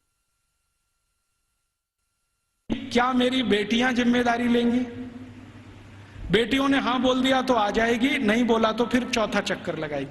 फिर वो पूछेगी कि क्या समाज के प्रतिष्ठित लोग, जिनको हम क्या कहें महाजन लोग मेरी जिम्मेदारी लेंगे? अगर उन्होंने हाँ बोल दिया तो आ जाएगी, ना बोल दिया तो फिर चक्कर लगाएगी पांचवा। फिर वो पूछेगी कि इस समाज के आचार्य लोग, उपाचार्य लोग मेरी जिम्मेदारी लेंगे? अगर हाँ बोला तो उनके पास आ जाएगी, नहीं तो वापस। और आखिरी चक्कर सातवां जब लगाएगी तो वो पूछेगी कि क्या पुरोहित हम समझते हैं पूजा पाठ करें, क्या पुरोहित मेरी जिम्मेदारी लेंगे? अगर पुरोहितों ने हाँ बोला तो उनके पास आएगी, नहीं तो चक्कर लगा के गांव छोड़ के चली जाएगी और गांव कहेगा कि वो सती हो गई। ये है सती होना। और इसको बिगाड़ दिया अंग्रेजों ने। क्या कहा कि उसको जबरदस्ती चिता में धकेल देंगे और ये कर देंगे। फिर वो जाती कहाँ है, उसके पीछे पीछे मैं गया तो उस गांव का कोई मंदिर होगा, वहां जाएगी और अपना बाकी जीवन उसी मंदिर में बिताएगी। वो ये कहती है कि जब कोई जिम्मेदारी नहीं लेगा तो अब भगवान मेरे लिए जिम्मेदारी लेंगे, तो मंदिर में जाके पूजा करेगी, पाठ करेगी, अपना जीवन उसी से चलेगा उसका। और जैसे ही वो मंदिर में जाके पाठ पूजा करने लगेगी तो समाज की आदरणीय हो जाएगी और सब उसको साष्टांग दंडवत प्रणाम करेंगे। फिर हम गोंड लोग कहेंगे कि ये हमारी सती है। हम उसको एक्सप्लेनेशन क्या देंगे? वो पति के साथ जिंदा जला दी गई, वो सती है। सती होना कोई ऊंचा कर्म रहा है इस देश में, हम उसको समझ नहीं पाए। अंग्रेजों ने जो डिस्क्रिप्शन दे दिया उसी को अंतिम मान के हमने अपना मान लिया कि ऐसा ही कुछ होता होगा। ये होता है, और ये सिर्फ गोंडों में ही नहीं होता, भीलों में भी होता है। गोंड हैं, भील हैं, जितने तरह की जनजातियां हैं, ज्यादातर में ये होता है। तो मैकॉले कह रहा है कि भारत में तो स्त्रियों का स्थान बहुत ऊंचा है, परिवार में ऊंचा है, समाज में ऊंचा है, भाषा उनके यहां से निकली है, फंक्शनल नॉलेज उन्होंने समाज को दिया है, इसलिए इनके लिए तो सब कुछ विशेष होता है। इसलिए गुरुकुलों में आचार्य स्तर पर बहुत स्त्रियां हैं, ये हैरानी की बात नहीं है। वो कहता हमारे समाज में उल्टी स्थिति है, स्त्रियों का स्थान सबसे नीचे है, इसलिए हमारे यहाँ हर काम में वो सबसे पीछे है। तो इस तरह की कुछ बातें हैं जो मैकॉले के डॉक्यूमेंट्स बताते हैं, और विलियम एडम ने इससे भी ज़्यादा कुछ खोज की है, और उसके डॉक्यूमेंट्स इससे भी आगे की कई बातें बताते हैं कि भारत के ये जो गुरुकुल हैं, इन गुरुकुलों का योगदान क्या है समाज में। तो विलियम एडम ने एक गुरुकुल की कहानी लिखी है अपने दस्तावेजों में। आंध्र प्रदेश में कावेरी नदी के पास, विशाखापट्टनम से थोड़ा दूर एक गुरुकुल है, उसका नाम गांव का मैं भूल रहा हूं। तो वो गुरुकुल है, उसने क्या योगदान दिया है, तो वो कहता है विलियम एडम कि ये जो गुरुकुल है ये बहुत पुराना है, और उसके दस्तावेज पुराने हैं। 12वीं शताब्दी का वो गुरुकुल है, और वो गुरुकुल है सिविल इंजीनियरिंग का, कंस्ट्रक्शन में सिविल इंजीनियरिंग का। तो कहता है इसका योगदान क्या है, तो विलियम एडम कहता है कि इस गुरुकुल के विद्यार्थी और आचार्यों ने मिलकर कावेरी नदी पर एक डैम बनाया है, बांध बनाया है, जो दुनिया का सबसे पहला बांध है।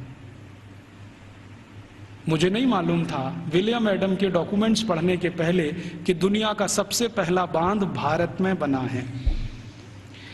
फिर जैसा उसने डिस्क्रिप्शन दिया है उसको खोजते खोजते मैं पहुंच गया एक दिन, और अपनी आंखों से देख के आया कि वो डैम अभी तक जीवित है। उस डैम पर तेलुगु भाषा में एक पत्थर लगा हुआ है जिस पर तारीख है सन 1238 में वो बना है। आज से लगभग 800-825 साल पुराना है। और वो डैम की विशेषता क्या है, पत्थर और चूने से बना है। और आप जानते हैं दक्षिण भारत में सबसे ज्यादा प्रवाह वाली नदी है कावेरी। कावेरी जो है ना पेरेनियल रिवर है, साल के 12 महीने पानी रहता है उसमें, और पानी का फ्लो सबसे तेज है, और पानी का दबाव भी उसका सबसे तेज है। तो कावेरी नदी पर जहां सबसे तेज गति से पानी बहता है, उस नदी पर बांध बना दिया। बांध की लंबाई कितनी है और उसकी चौड़ाई कितनी है, लगभग 1 किलोमीटर 1.5 किलोमीटर के आसपास उसकी लंबाई है। 1.5 किलोमीटर लंबा बांध है। और बांध बनाया कैसा है, ऐसा है जैसे जेड होता है ना, जेड ऐसे फिर ऐसे फिर ऐसे फिर ऐसे फिर ऐसे जेड शेप में पूरा बांध है। तो वो वर्णन कर रहा है विलियम एडम कि ये गुरुकुल के विद्यार्थी और आचार्यों ने बनाया है। इसकी विशेषता क्या है, तो विशेषता ये है कि ये जेड शेप में है। जेड शेप में क्यों बनाया, स्ट्रेट लाइन में क्यों नहीं बना दिया, एक रेखीय रेखा में क्यों नहीं बना दिया, तो कहता है इसका जवाब मुझे नहीं मालूम क्यों बनाया। बहुत दिन मैं भी सोचता रहा कि ऐसा क्यों है। अब मेरे समझ में आया थोड़े दिन पहले कि ये जब सीधी रेखा में आप कोई दीवार बनाए और पानी बहुत तेज गति से आए तो दबाव इतना ज्यादा है कि बहुत जल्दी वो टूट जाएगा। लेकिन अगर आप उसी सीधी रेखा की दीवार को ऐसे ऐसे कर दो तो पानी का प्रेशर डाइवर्ट हो जाएगा और वो डैम कभी भी नहीं टूटेगा। अब समझ में आया कि वो 825 साल से कैसे जिंदा है। तो वो बोल रहा है कि ये एक गुरुकुल ने बनाया हुआ है, और वो गुरुकुल विशाखापट्टनम के नजदीक कभी चला करता था। मैं जब गया इसको देखने के बाद हैदराबाद लौटा तो उनकी जो आर्काइव्स है उसमें गया, तो आर्काइव्स में उसके डॉक्यूमेंट्स मुझे मिल गए, और गजट में भी इसके बारे में वर्णन है।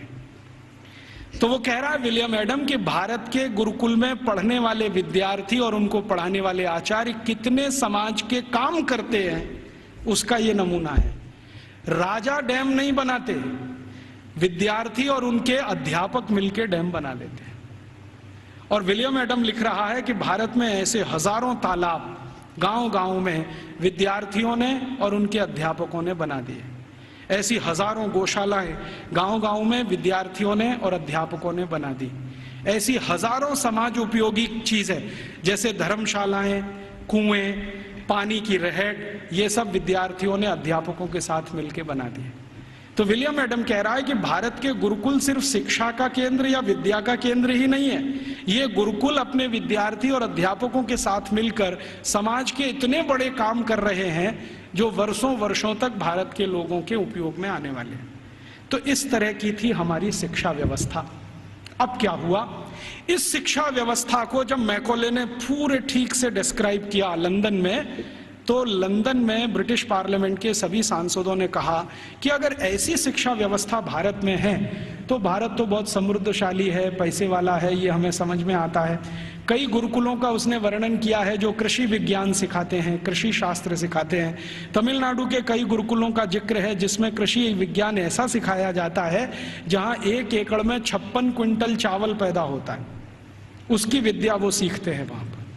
आज भारत में जितने भी एग्रीकल्चरल यूनिवर्सिटीज है ना, वो 1 एकड़ में 30 क्विंटल से ज्यादा धान कभी पैदा करके दे नहीं पाए, लेकिन 1835 में विलियम एडम कह रहा है कि 1 एकड़ में 56 कुंटल धान पैदा करना तो सामान्य बात है। और ऐसी शिक्षा देने वाले, विद्या देने वाले सैकड़ों गुरुकुल भारत में हैं। तो कुछ कृषि सिखाते हैं, कुछ मेटलर्जी सिखाते हैं, कुछ कंस्ट्रक्शन इंजीनियरिंग में सिखाते हैं, कुछ और कुछ सिखाते होंगे, ऐसे 18-20 विषयों के सारे ये गुरुकुल हैं। तो वो कह रहा है कि भारत सुखी है, समृद्धशाली है, वो इन गुरुकुलों के कारण। तो वो कह रहा है कि अब भारत को अगर गुलाम बनाना है तो इस शिक्षा व्यवस्था को जब तक हम तोड़ेंगे नहीं तब तक भारत गुलाम बनता नहीं। तो फिर उसको पूछ रहा है इंग्लैंड का राजा कि अब आपके पास क्या योजना है। तो कह रहा है कि मेरे पास एक योजना है कि हमारी जो सरकार भारत में चल रही है उसको आदेश दिया जाए कि भारत के ये जो गुरुकुल हैं, इंडिजिनस एजुकेशन सिस्टम वो कहते हैं इसको, भारत का स्थानीय शिक्षा तंत्र, तो कह रहे हैं जो इंडियन एजुकेशन सिस्टम है या इंडिजिनस एजुकेशन सिस्टम है, इसको कानून बनाकर हम गैर कानूनी घोषित कर देंगे, इल्लीगल, कि ये सब कुछ अवैधानिक है, गैर कानूनी। उसके लिए कानून बना देंगे लंदन में, यहां से वो चला जाएगा भारत में, उसको लागू करा देंगे। थोड़े दिन में ये सब गुरुकुल बंद हो जाएंगे, क्योंकि हमारे पास जब कानून आ जाएगा तो कानून के डंडे से हम इनको बंद करा देंगे कि ये इल्लीगल है, बंद करो। नहीं बंद करेंगे तो दंड देंगे उनको, थोड़े दिन में दंड देते देते अपने आप बंद हो जाएंगे। तब अंग्रेजों की संसद ने एक कानून बनाया जिसका नाम है इंडियन एजुकेशन एक्ट,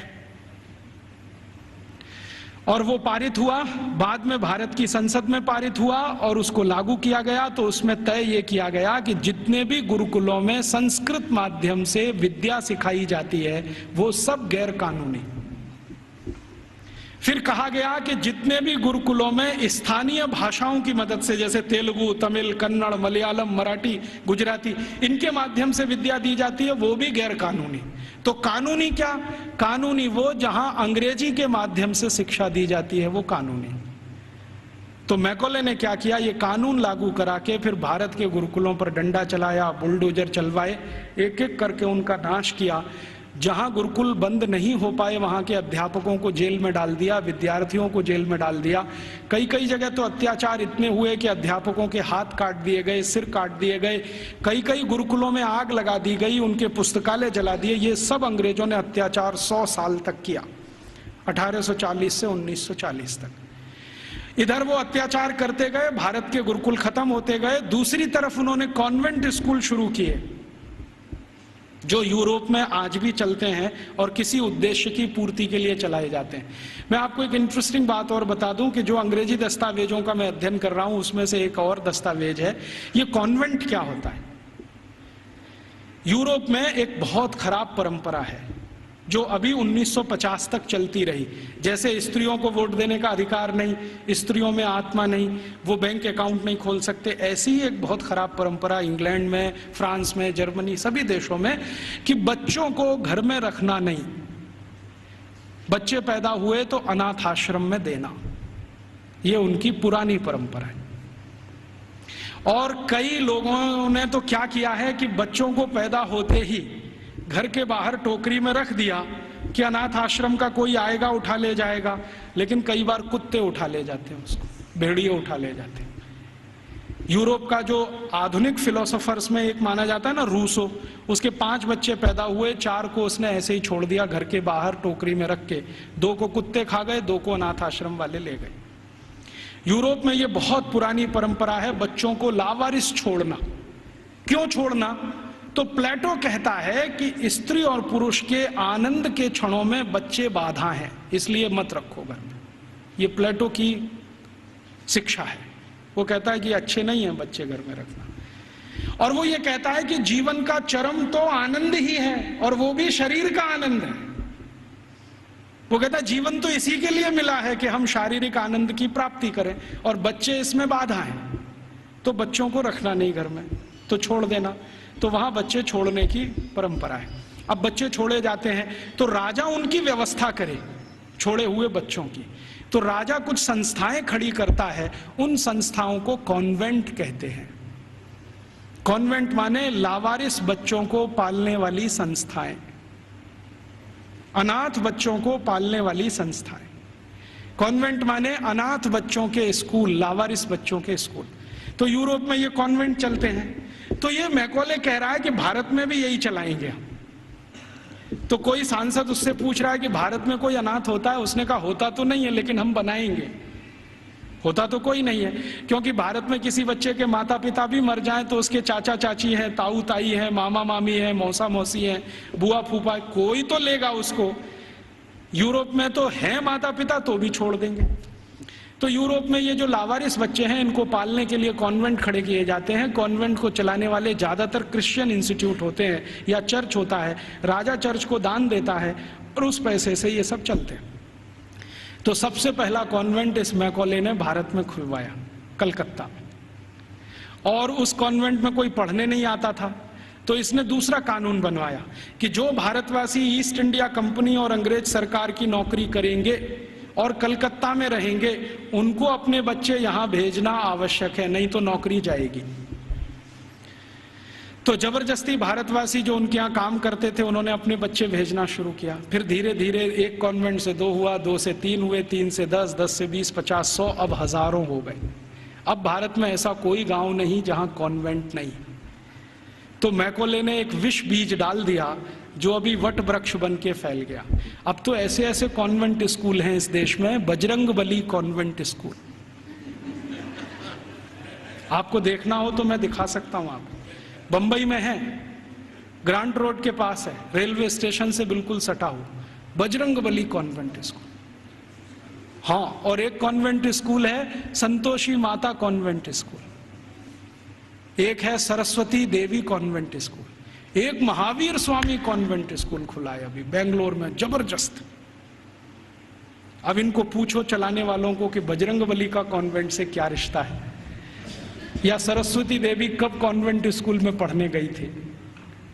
मूर्खों के मूर्ख इस देश में पैदा हो गए, ना तो अंग्रेज हैं ना तो हिंदुस्तानी हैं, खिचड़ी बन के इस समाज में पड़े हुए हैं। ना उसमें से आप चावल निकाल सकते हैं, ना मूंग की दाल का दाना निकाल सकते। ये खिचड़ी लोगों ने देश का सत्यानाश कर दिया। ये सब मैकॉले की संतान है। मैकॉले तो छोड़ गया कुछ। जब अंग्रेज गए थे ना, तो रिकॉर्ड्स बताते हैं कि 350 कॉन्वेंट स्कूल थे 15 अगस्त 1947 तक। अब शायद वो 30-35 हजार हो गए हों, तो कोई आश्चर्य की बात नहीं। अब यूरोप में जो कॉन्वेंट स्कूल हैं, वैसी ही शिक्षण यहां हो रहा है। यूरोप में क्या होता है ना, मैंने आपसे कहा कॉन्वेंट माने लावारिस बच्चों के स्कूल। तो वहां जो बच्चे पढ़ने आते हैं, उनको सिखाया जाता है कि देखो ये जो अध्यापक है वो अध्यापक नहीं है, ये फादर है, ये मदर है, क्योंकि असली का पता नहीं।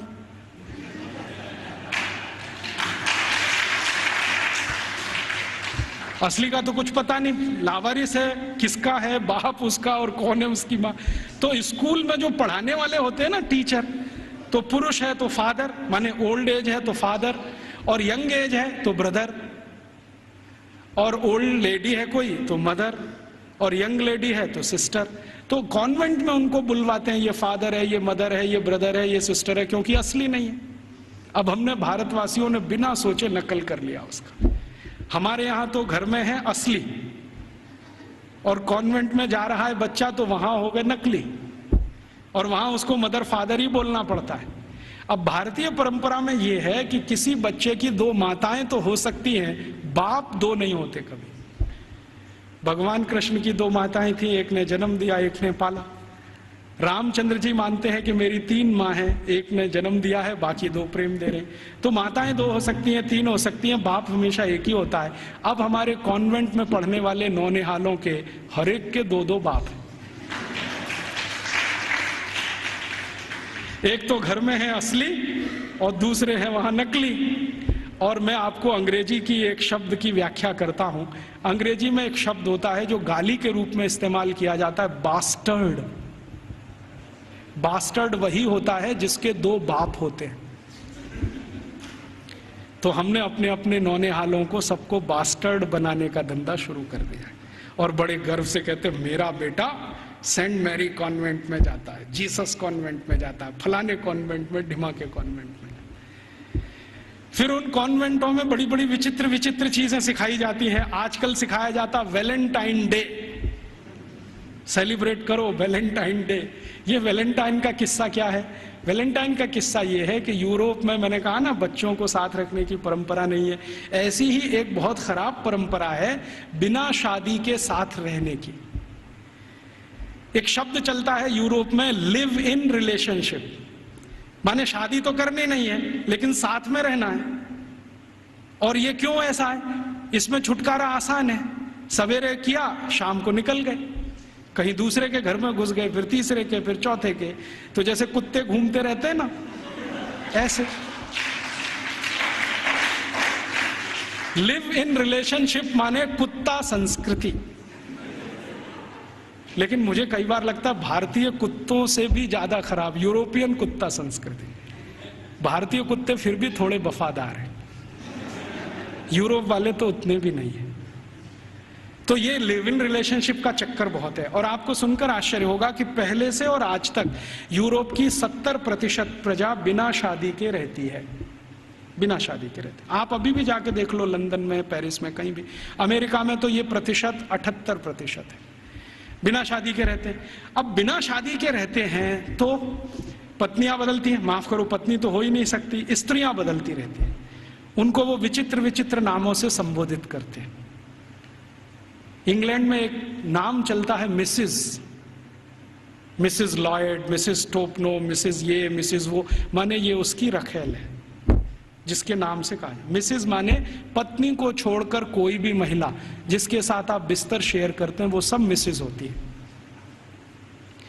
तो वहां तो ये है सारा खेल, स्त्रियां तो शादी के बिना, पुरुष तो शादी के बिना। तो कभी कभी बीच बीच में यूरोपियन लोगों को कुछ अच्छे विचार भी आ जाते हैं।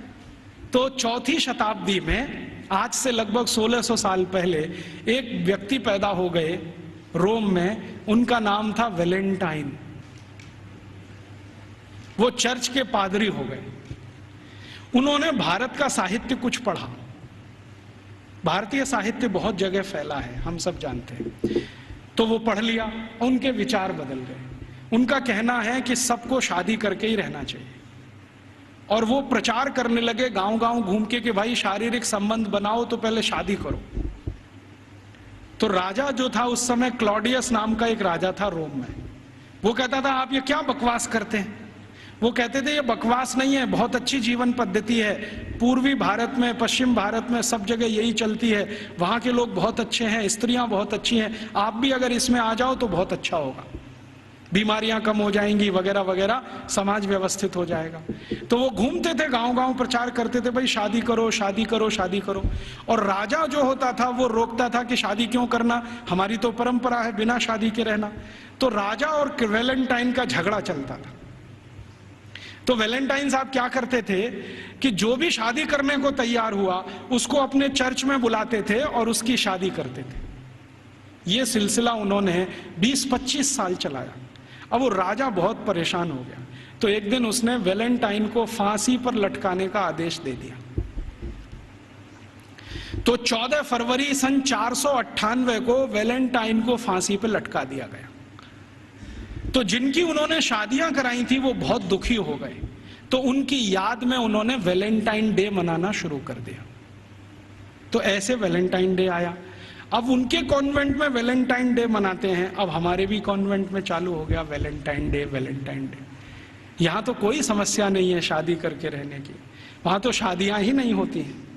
अब हमारे स्कूलों में वैलेंटाइन डे मनाता है, तो बच्चे क्या करते हैं, ग्रीटिंग कार्ड खरीदते हैं, अपनी अम्मा को देते हैं would you be my valentine, फिर बाप को भी दे देते हैं would you be my valentine. इन मूर्खों को पता ही नहीं कि वैलेंटाइन थे कौन, इसका मतलब क्या है। अम्मा को पूछ रहे हैं would you be my Valentine. अभी थोड़े दिन पहले बंबई में मैं एक बुजुर्ग आदमी को मिला जिनकी 75 साल की उम्र है, उनके पास 18 ग्रीटिंग कार्ड आए वैलेंटाइन डे पर, और सब में एक ही बात, would you be my Valentine. 75 साल के बुजुर्ग आदमी से लड़कियां पूछ रही would you be my Valentine.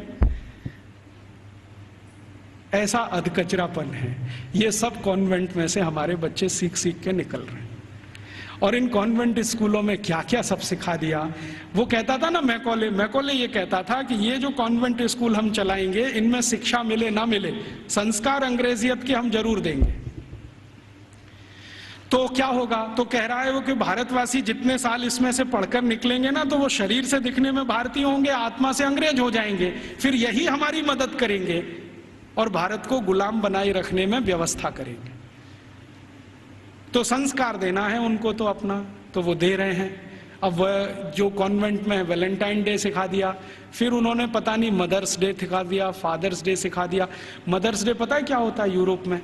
Europe में एक और बहुत पुरानी परंपरा है, प्लेटो के समय से चली आ रही है, कि बच्चे जब पैदा हुए ना तो घर में तो रखने नहीं है, बाहर छोड़ देने हैं। तो उन बच्चों को माँ का दूध नसीब नहीं है, तो चर्च में जो होती है ना सिस्टर्स होती है, वो अपना दूध उनको उपलब्ध कराती है। अब आप में से कई लोगों को यह प्रश्न होगा कि बायोलॉजिकली ये संभव कैसे है, वो नर्स तो मां बनी नहीं, तो उसको दूध कैसे आएगा। लेकिन अभी आधुनिक विज्ञान ने यह सिद्ध कर दिया है कि कोई बच्चा लगातार 2-3 दिन तक बिना विवाहित किसी महिला को लगातार स्तनपान करे तो चौथे 5वें दिन से दूध आना शुरू हो जाता है। तो उनके यहां नर्सिंग जो होती है वो सिस्टर्स के द्वारा होती है या नर्सिस के द्वारा होती है, मां नहीं करती है। लेकिन कभी कभी साल में कोई एक दिन मनाना हो तो वो मदर्स डे मनाते हैं, जिस दिन मां अपने बच्चे को दूध पिलाने के लिए वहां जाती है कॉन्वेंट, तो उनके यहां मदर्स डे होता है। ऐसे ही उनके यहां फादर्स डे होता है। फादर्स डे का चक्कर क्या है, यूरोप के बच्चे वैसे तो घर में रहते नहीं, जो गलती से किसी ने रख लिए तो उनको अपने बाप के साथ खाना खाने का अधिकार नहीं है। डाइनिंग टेबल पर अपने बाप के साथ वो नहीं बैठ सकते। बाप अपने डाइनिंग टेबल पे खाना खाएगा दोस्तों के साथ, जब वो चला जाएगा खाना खा के तो बाद में बच्चे डाइनिंग टेबल पे बैठते हैं। लेकिन साल में कोई एक दिन वो फिक्स करते हैं जब बच्चे बाप के साथ बैठे डाइनिंग टेबल पर, उस दिन वो फादर्स डे मनाते हैं। अब उनके मदर्स डे, उनके फादर्स डे, उनके ब्रदर्स डे, उनके सिस्टर्स डे या उनका वैलेंटाइन डे, उसके पीछे कुछ कहानियां हैं। हम बिना सोचे समझे अंधों की तरह से इस पे लग गए हैं। कई बार मैं देखता हूं अजमेर जैसे शहर में, जयपुर जैसे शहर में मदर्स डे पे रैली निकाली जा रही है, प्ले कार्ड लेके बच्चियां अपने अपने हाथ में जा रही हैं, स्कूल कॉलेज उनका छुड़वा दिया जाता है, और ये सब मूर्ख सरकारी अधिकारी किया करते हैं।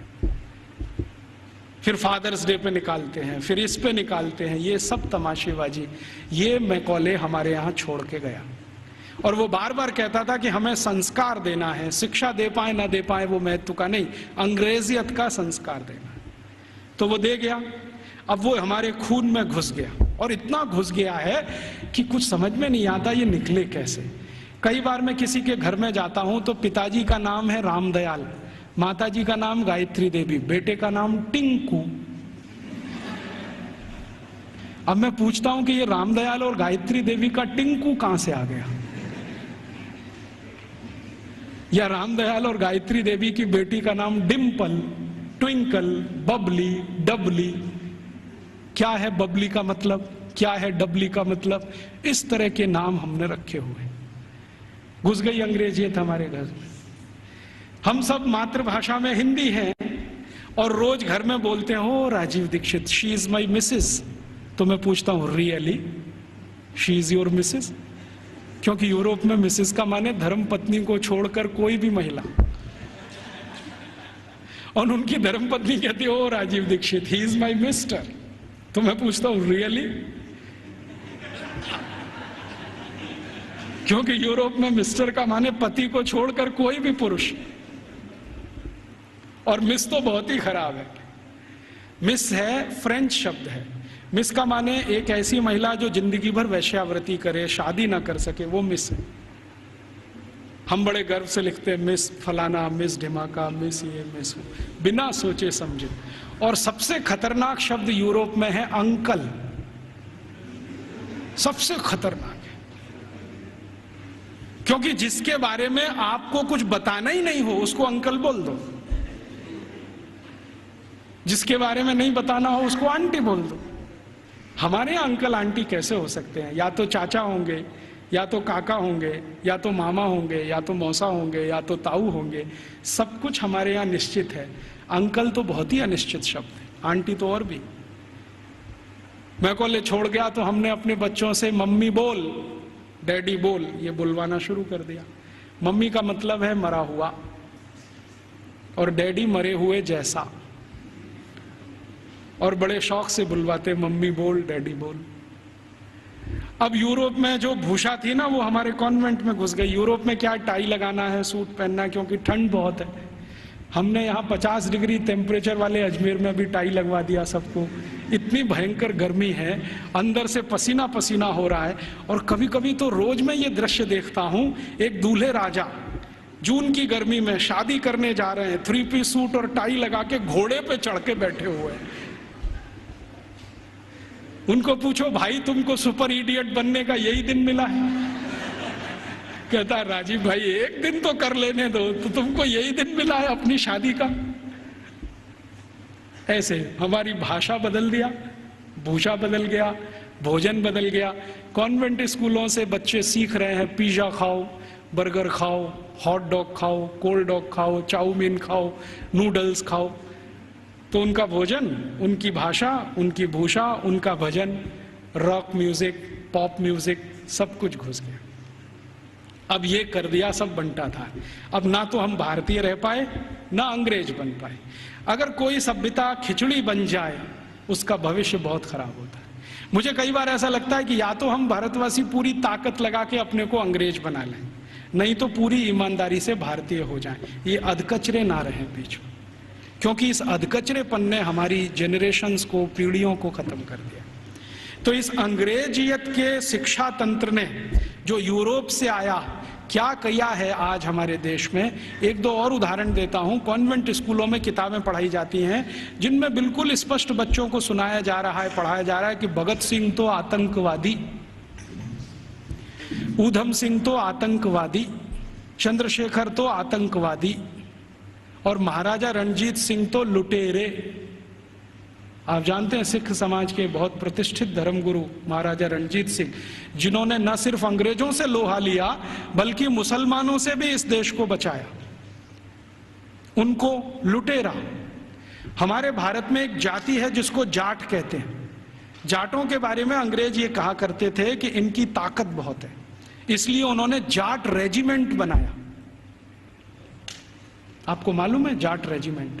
ऐसे ही जाटों के पैरेलल महाराष्ट्र में है मराठा, वो भी एक तरह से जाट ही हैं। तो मराठा रेजिमेंट बनाया, जाट रेजिमेंट बनाया, क्योंकि इनमें ताकत बहुत है। इनका जो डीएनए है ना, बहुत स्पेशल किस्म का है। लड़ना, लड़ाना, मारना, मरना, उनको इसमें मजा आता है।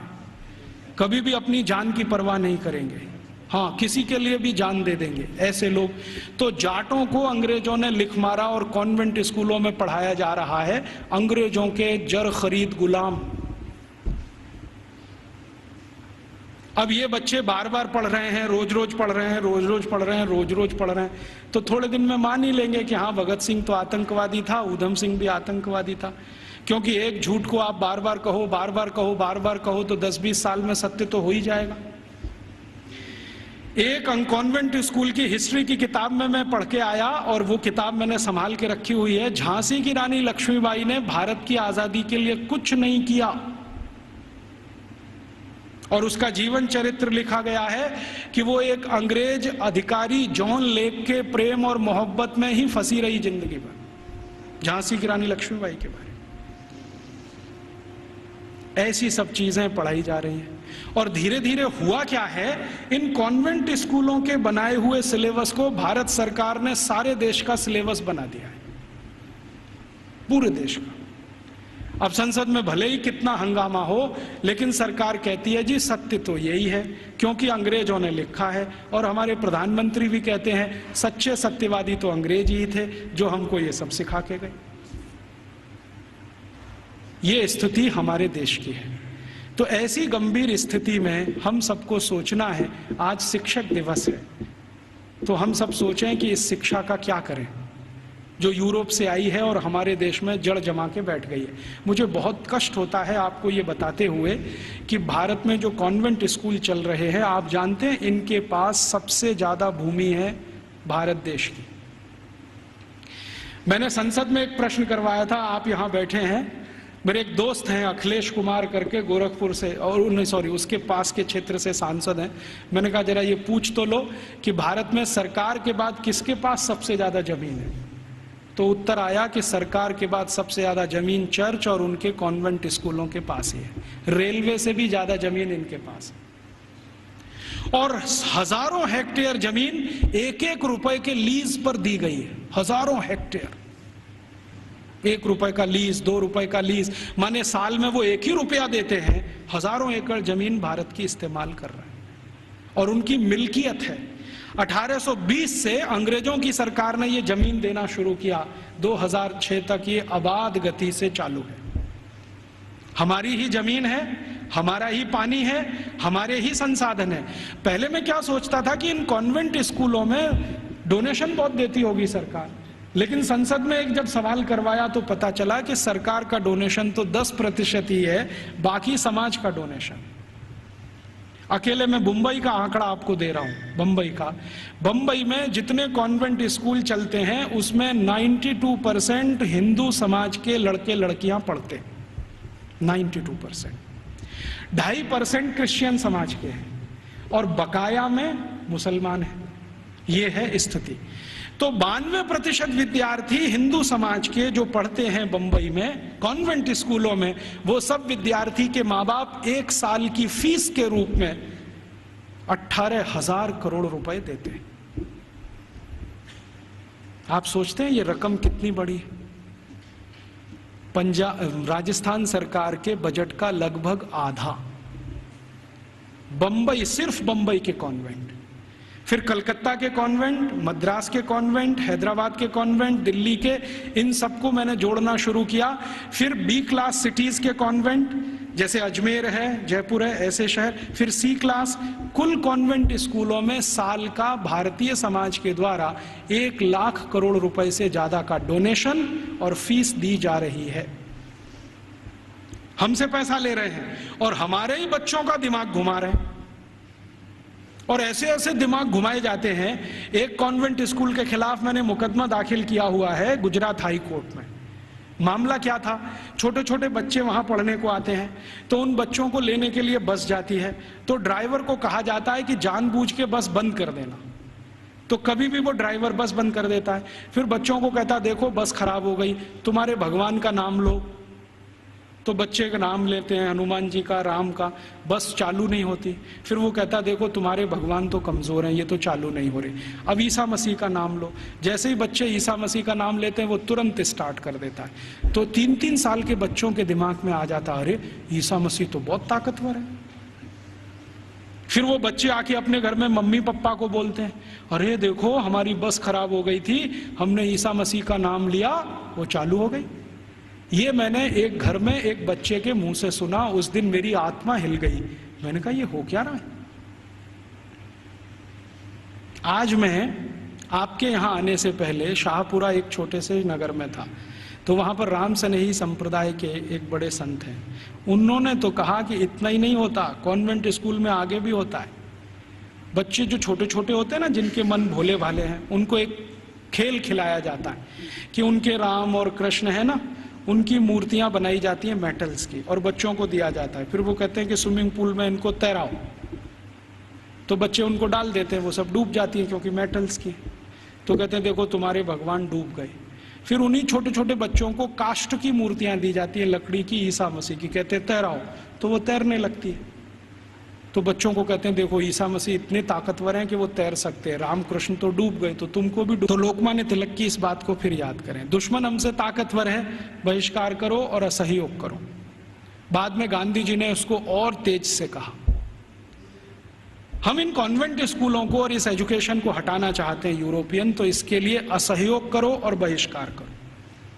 मतलब मैंने आपसे कहा कि 92% विद्यार्थी हमारे हैं जो वहां पढ़ने जा रहे हैं, इनको रोको। और हम इसको अपने घर से शुरू करें कि हम हमारे घर के किसी बच्चे को कॉन्वेंट में नहीं पढ़ाएंगे, क्योंकि हम उसको बास्टर्ड नहीं बनाएंगे। वो इंजीनियर बने ना बने, डॉक्टर बने ना बने, कम से कम बास्टर्ड तो ना बने। इतना अपमान तो ना करें हम अपने पिता का। तो हम नहीं भेजेंगे हमारे बच्चों को, तो फिर कहां भेजेंगे? जो हमारे स्कूल चलते हैं उनमें भेजेंगे। फिर आप कहेंगे उनमें सुख सुविधाएं कम हैं, बढ़ जाएंगी। जब धन का प्रवाह कॉन्वेंट स्कूलों से भारतीय स्कूलों की तरफ होगा तो सुविधाएं भी बढ़ जाएंगी। आप सोचो 18,000 करोड़ रुपया बंबई के कुछ कॉन्वेंट स्कूल को हर साल मिलता है, इतना ही रुपया आर्य समाज के गुरुकुलों को मिल जाए, या सनातन समाज के लोगों को मिल जाए, या किसी और संस्थाओं को मिल जाए जो भारतीयता आधारित गुरुकुल चलाते हैं, तो वो सुख सुविधाओं वाले हो जाएंगे। वो तो धन के प्रवाह को बदलने की जरूरत है। अभी धन का प्रवाह कॉन्वेंट स्कूलों की तरफ है, तो सुख सुविधाएं वहां ज्यादा हैं। हमारे स्कूल पानी से प्यासे हैं, बैठने को जमीन पे टाट पट्टी नहीं है, स्कूल में पढ़ाने के लिए ब्लैक बोर्ड नहीं है, सामान्य जरूरतों की चीजें जैसे संडास घर होना चाहिए वो भी नहीं है। तो ये इसलिए कि धन की कमी है, धन का प्रवाह उस तरफ है, इसको मोड़ दो। तो समाज में एक बहस चले इस पर कि ये कॉन्वेंट स्कूल आए कहाँ से हैं, उनके यहाँ शिक्षा की क्या स्थिति रही है, तो शायद इसमें से एक समझ बने और ये समझ हिंदुस्तान में अगले 2-3 वर्षों में कोई अभियान का स्वरूप ले और ये अभियान हिंदुस्तान के इस विष बीज को उखाड़ कर फेंक दे, ऐसी भावना मेरे मन में है। मैंने इसके लिए एक और प्रयास शुरू किया है। बहुत लोग जब कहते हैं कि राजीव भाई विकल्प दो, तो हमने खुद अपने इस आज़ादी बचाओ आंदोलन की तरफ से 6 गुरुकुल बनाना शुरू किया और वो लगभग 1 साल में शुरू हो जाएंगे। उन सभी गुरुकुलों को वैसे ही पढ़वाना है जैसे कभी 200 साल पहले था। वही 18 विषय हमने चुने हैं जो 200 साल पहले पढ़ाए जाएंगे। और हमारे गुरुकुलों की ये मान्यता रही है कि शिक्षा और विद्या सबके लिए, किसी एक के लिए नहीं। पैसा है या नहीं ये महत्व का नहीं है, शिक्षा और विद्या हर एक के लिए। वो जाति का है, धर्म का है, इससे मतलब नहीं। हमारे गुरुकुलों में सभी तरह के विद्यार्थी। आप तो जानते हैं कि भारतीय शास्त्र कहते हैं कि शिक्षा, विद्या और न्याय और चिकित्सा सबको निःशुल्क उपलब्ध होनी चाहिए, बिना किसी भेदभाव के। तो हमने सोचा है कि कम से कम शिक्षा और विद्या तो निःशुल्क उपलब्ध कराएं। तो हमारे गुरुकुलों में हम फीस नहीं लेंगे, ये संकल्प से हम शुरू कर रहे हैं। फिर ये चलेंगे कैसे? इनको चलाने के लिए विद्यार्थियों को हर दिन 2 घंटे श्रम दान करना पड़ेगा। या तो 2 घंटे वो चरखा चलाएं, या तो 2 घंटे खेत में काम करें, या तो 2 घंटे वो साबुन बनाएं, मंजन बनाएं, वॉशिंग पाउडर बनाएं। उनको हम बिकवाएंगे और उसके लिए मार्केटिंग नेटवर्क खड़ा कर रहे हैं पूरे देश में, स्वानंद बाजार के नाम से। इनमें ये वस्तुएं बिकेंगी, उससे आमदनी होगी और गुरुकुल उससे चलेंगे, फीस किसी को नहीं देनी पड़ेगी। और हमारा ये मानना है कि जो विद्यार्थी 14 साल पढ़कर निकल गया, कम से कम हर एक के पास 2.5 से 3 लाख रुपए होगा, जो उसके अपने श्रम की कमाई होगी। उससे वो अपना कोई व्यवसाय शुरू कर सकेगा, 2,000 रुपए की नौकरी के लिए नहीं भागेगा। और इन सारे गुरुकुलों को हम ज्ञान आधारित बना रहे हैं, डिग्री आधारित नहीं, क्योंकि ज्ञान ऊंचा होता है, डिग्री ऊंची नहीं होती कभी भी। अंग्रेजों ने हमको उल्टा फंसा दिया, ज्ञान आधारित हिंदुस्तान को डिग्री में फंसा दिया। अब हम किसी की भी परीक्षा लेते हैं तो भाई तुम्हारे पास डिग्री क्या है? डिग्री कोई महत्व की नहीं होती है। चरक ऋषि की क्या डिग्री थी? सुश्रुत ऋषि की क्या डिग्री थी? सांख्य दर्शन की जिन्होंने पूरे दुनिया को बता दिया, उनकी क्या डिग्रियां थी? खगोल शास्त्र में इतने बड़े बड़े रिसर्च हो गए। आज दुनिया कहती है कि प्लूटो ग्रह नहीं है, हिंदुस्तानियों ने तो 14वीं शताब्दी में कह दिया था कि प्लूटो ग्रह नहीं। अब दुनिया मानती है कि प्लूटो ग्रह नहीं। सूर्य की दूरी पृथ्वी से कितनी है ये आज बोलते हैं, 9वीं शताब्दी में तो हिंदुस्तानियों को मालूम था कि सूर्य और पृथ्वी की दूरी कितनी है। तो ये जितनी महान बातें करने वाले लोग, इनके पास किसी के पास डिग्री नहीं थी, ज्ञान था। ज्ञान ऊंचा होता है, डिग्री नहीं होती। तो हम वही ज्ञान आधारित शिक्षा और विद्या लाना चाहते हैं। अभी शुरू में हम शायद माइनॉरिटी में होंगे, लेकिन हर माइनॉरिटी समय में मेजॉरिटी हो जाती है। कौन जाने कल को ये अभियान चल पड़ा तो बहुत बड़ा हो जाएगा। शुरुआत तो 1-2 से ही होती है, बड़ा होते होते तो बहुत बड़ा सागर बन जाता है। भगत सिंह तो अकेला था, फांसी पे गया, उसके साथ सुखदेव राजगुरु अकेले थे। सबसे पहले तो मंगल पांडे अकेला था, क्योंकि उसकी छावनी में कोई मदद करने को तैयार नहीं। फिर देखो कि हजारों लाखों मंगल पांडे हुए। तो आज हम शुरू कर रहे हैं, हो सकता है थोड़े दिन में ये हजारों लाखों हो जाए, लेकिन इसमें आप सबका प्रयास होगा तो होगा। अकेले हम करेंगे तो नहीं होगा। तो आप भी इसमें लगें, हम भी लगे हैं। और आप में से जो आर्य समाजी हैं उनके लिए तो ये बहुत आसान है। मैंने एक पाठ्यक्रम तैयार किया है। आर्य समाज के जितने गुरुकुल भारत में चलते हैं उनको हम वो दे सकते हैं। हमारा उस पर कोई कॉपीराइट नहीं है, सबको कॉपी करने का कंप्लीट राइट है। क्योंकि हम मानते नहीं कि ज्ञान पर किसी का विशेष अधिकार है। ज्ञान तो सबके लिए।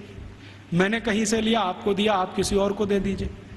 तो आर्य समाज के सभी गुरुकुलों को मैं दे सकता हूं और दूसरे गुरुकुलों को दे सकता हूं। वहां भी ये साथ साथ शुरू हो जाए, हम प्रयास करें, आप भी करें, तो हो सकता है 3-4 साल में इस देश की शिक्षा का ढांचा और दिशा दोनों बदल जाए। ऐसे अभीष्ट की कामना करके आपके पास आया। आपने बड़े ध्यान शांति से सुना, आपका आभारी हूँ। इन बातों को किसी और को भी सुनाएंगे तो और आभारी रहूँगा। कुछ बातें ऐसी मैंने कही हों जो आपको अच्छी न लगी हो तो उनको यहीं छोड़ कर जाइए, उसके लिए माफ़ी चाहता हूँ। धन्यवाद।